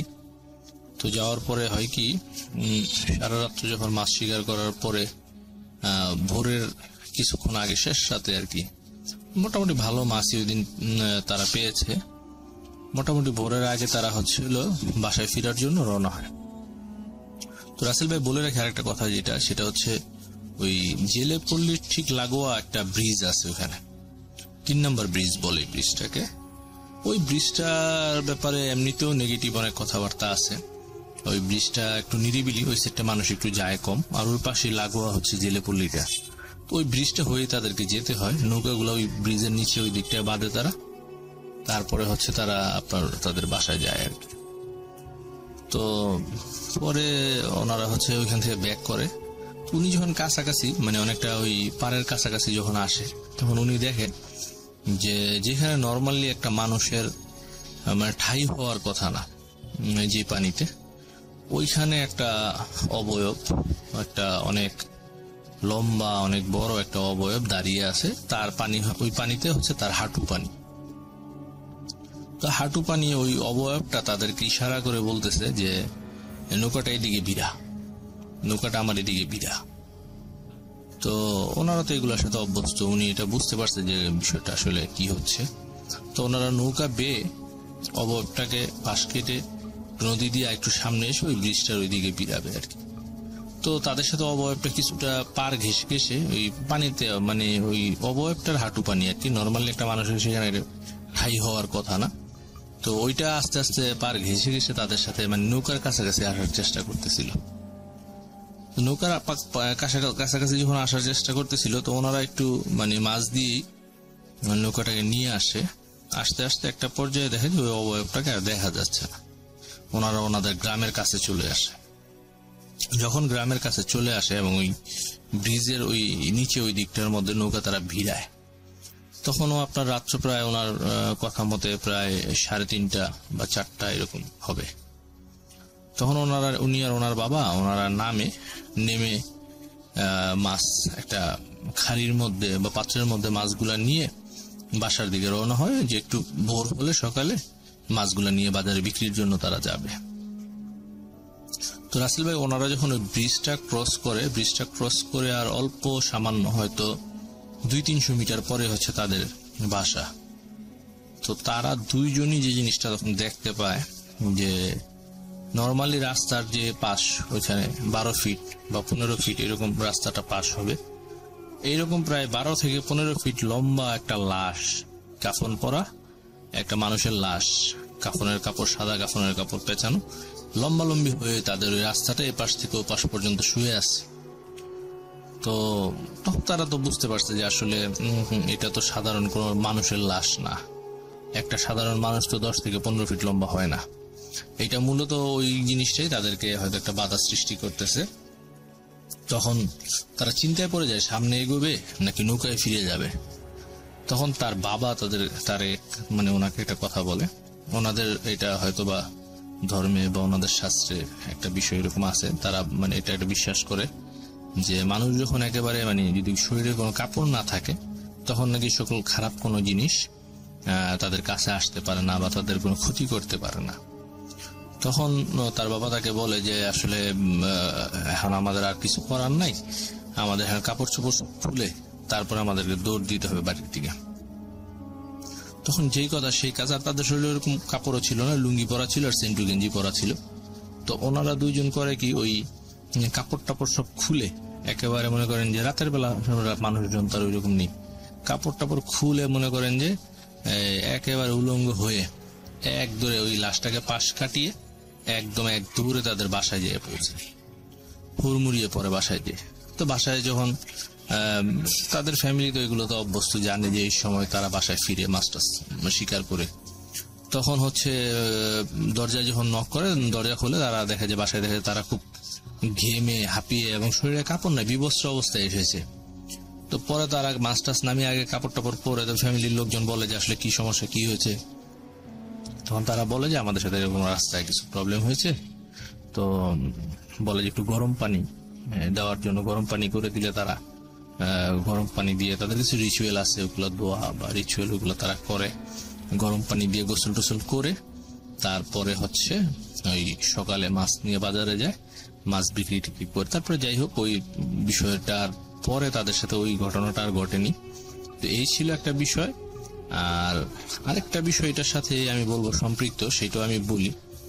সেটা হচ্ছে যে ব্রিজটার কথা বললাম, 3 নম্বর যে ব্রিজ, এই ব্রিজের একটু আগে এখানে বেশ কিছু পর্যটক এলাকা হওয়াতে কয়েকটা রেস্টুরেন্ট হয়েছে। তো ওইখানে একজন গার্ড আছে যে রাতের বেলা ওইখানে পাহারা দেয়। তো আমি আরেকদিন রাত্রে যখন ওইখানে যাই, তো রাত্রে তখন প্রায় 12টা+ বাজে। ওই গার্ডের সাথে আমি একটু কথা বলি যে কাকা, আপনি তো এখানে দীর্ঘদিন যাবত ডিউটি করেন, এই এলাকাটা তো অনেক সুনাম বদনাম দুইটাই আছে, তো আসলে বিষয়টা কি, দিনের বেলা তো অনেক পর্যটক থাকে কিন্তু রাতের বেলা তো একেবারে কোনো মানুষ এদিকে আসে না, আপনি কি কোনো কিছু দেখেন কিনা। তখন ওই গার্ড আমাকে যেটা বলে, তো উনি বলে যে আসলে কাকা এখানে তো আমি ডিউটি করি অনেকদিন যাবত, আমার বাসা ওই গ্রামেই, তবে হ্যাঁ, আপনি যেটা বলছেন এটা কথা ঠিক আছে, এই গ্রামে এই 5টার মধ্যে কিছু খারাপ জিনিস আছে। তো যেই জিনিসটা খুব কমনলি দেখা যায়, ওই 3 নম্বর ওই ব্রিজটার কথা বলে, যে একটা মহিলা নাকি রাতের বেলা আপনার 2টার পরে অহরহ অনেক সময় নাকি ওই ব্রিজের নিচ থেকে আর কি, ওইদিকে আছে বিল জমি আর কি, ওই বিল দিয়ে আসে, এসে ব্রিজটা ক্রস করে নদীতে নেমে চলে যায়। নদীতে নেমে সে কোথায় যায় এইটা মানে আসলে আর ওইরকম বোঝা যায় না। তো উনি বলে যে আমি কয়েকদিন এই জিনিসটা দেখেছি, একটা মহিলা পা খুঁড়িয়ে খুঁড়িয়ে খুঁড়িয়ে খুঁড়িয়ে আসে রাতের 2টার পরে। তো এবং স্বাভাবিক কোন আকৃতি না, সে অ্যাজ ইট ইজ আমাদের এই হিন্দুরা যে পূজা করে হচ্ছে কালীর যে পূজা করে, সে মহিলাটা নাকি দেখতে হুবহু ওই কালীর যে মূর্তি, ওই মূর্তি অবয়বের মতো। এটা বেশ কয়েকদিন নাকি উনি দেখেছেন, এবং রাতের বেলা নাকি 2টা-2:30টার পরে গেলে এটা নাকি মানে কেউ চাইলে ইচ্ছা করলে দেখতে পারবে। উনি এরকমটা আমাকে বলে যে এই ব্রিজটা আসলে রাতের বেলা এরকম ভয়ঙ্কর, এদিকে মানুষ যাতায়াত করে না। আর উনি নিজে এরকম কয়েকদিন উনি দেখেছেন যে পায়ে একটু সমস্যা, এরকম খুঁড়িয়ে খুঁড়িয়ে চলে, পা হেসড়ে হেসড়ে, এরকম একটা মহিলা আসে ওই বিল দিয়ে, এসে হচ্ছে ব্রিজটা ক্রস করে একদম নদীতে চলে যায়, নদীতে নেমে নদীর ওই সাইডটায় চলে যায়। তো এই হচ্ছে রাসেল ভাই ওই সাবদি এলাকার একটা ঘটনা আপনাদের সাথে শেয়ার করলাম। ইনশাল্লাহ যদি আল্লাহ চাহে তো পরবর্তীতে আরো অনেক ঘটনা আছে, ধীরে ধীরে একটা একটা করে। সময় আসলে সবসময় সময় সুযোগ এরকম হয় না নিজের বিভিন্ন কর্মব্যস্ততার কারণে।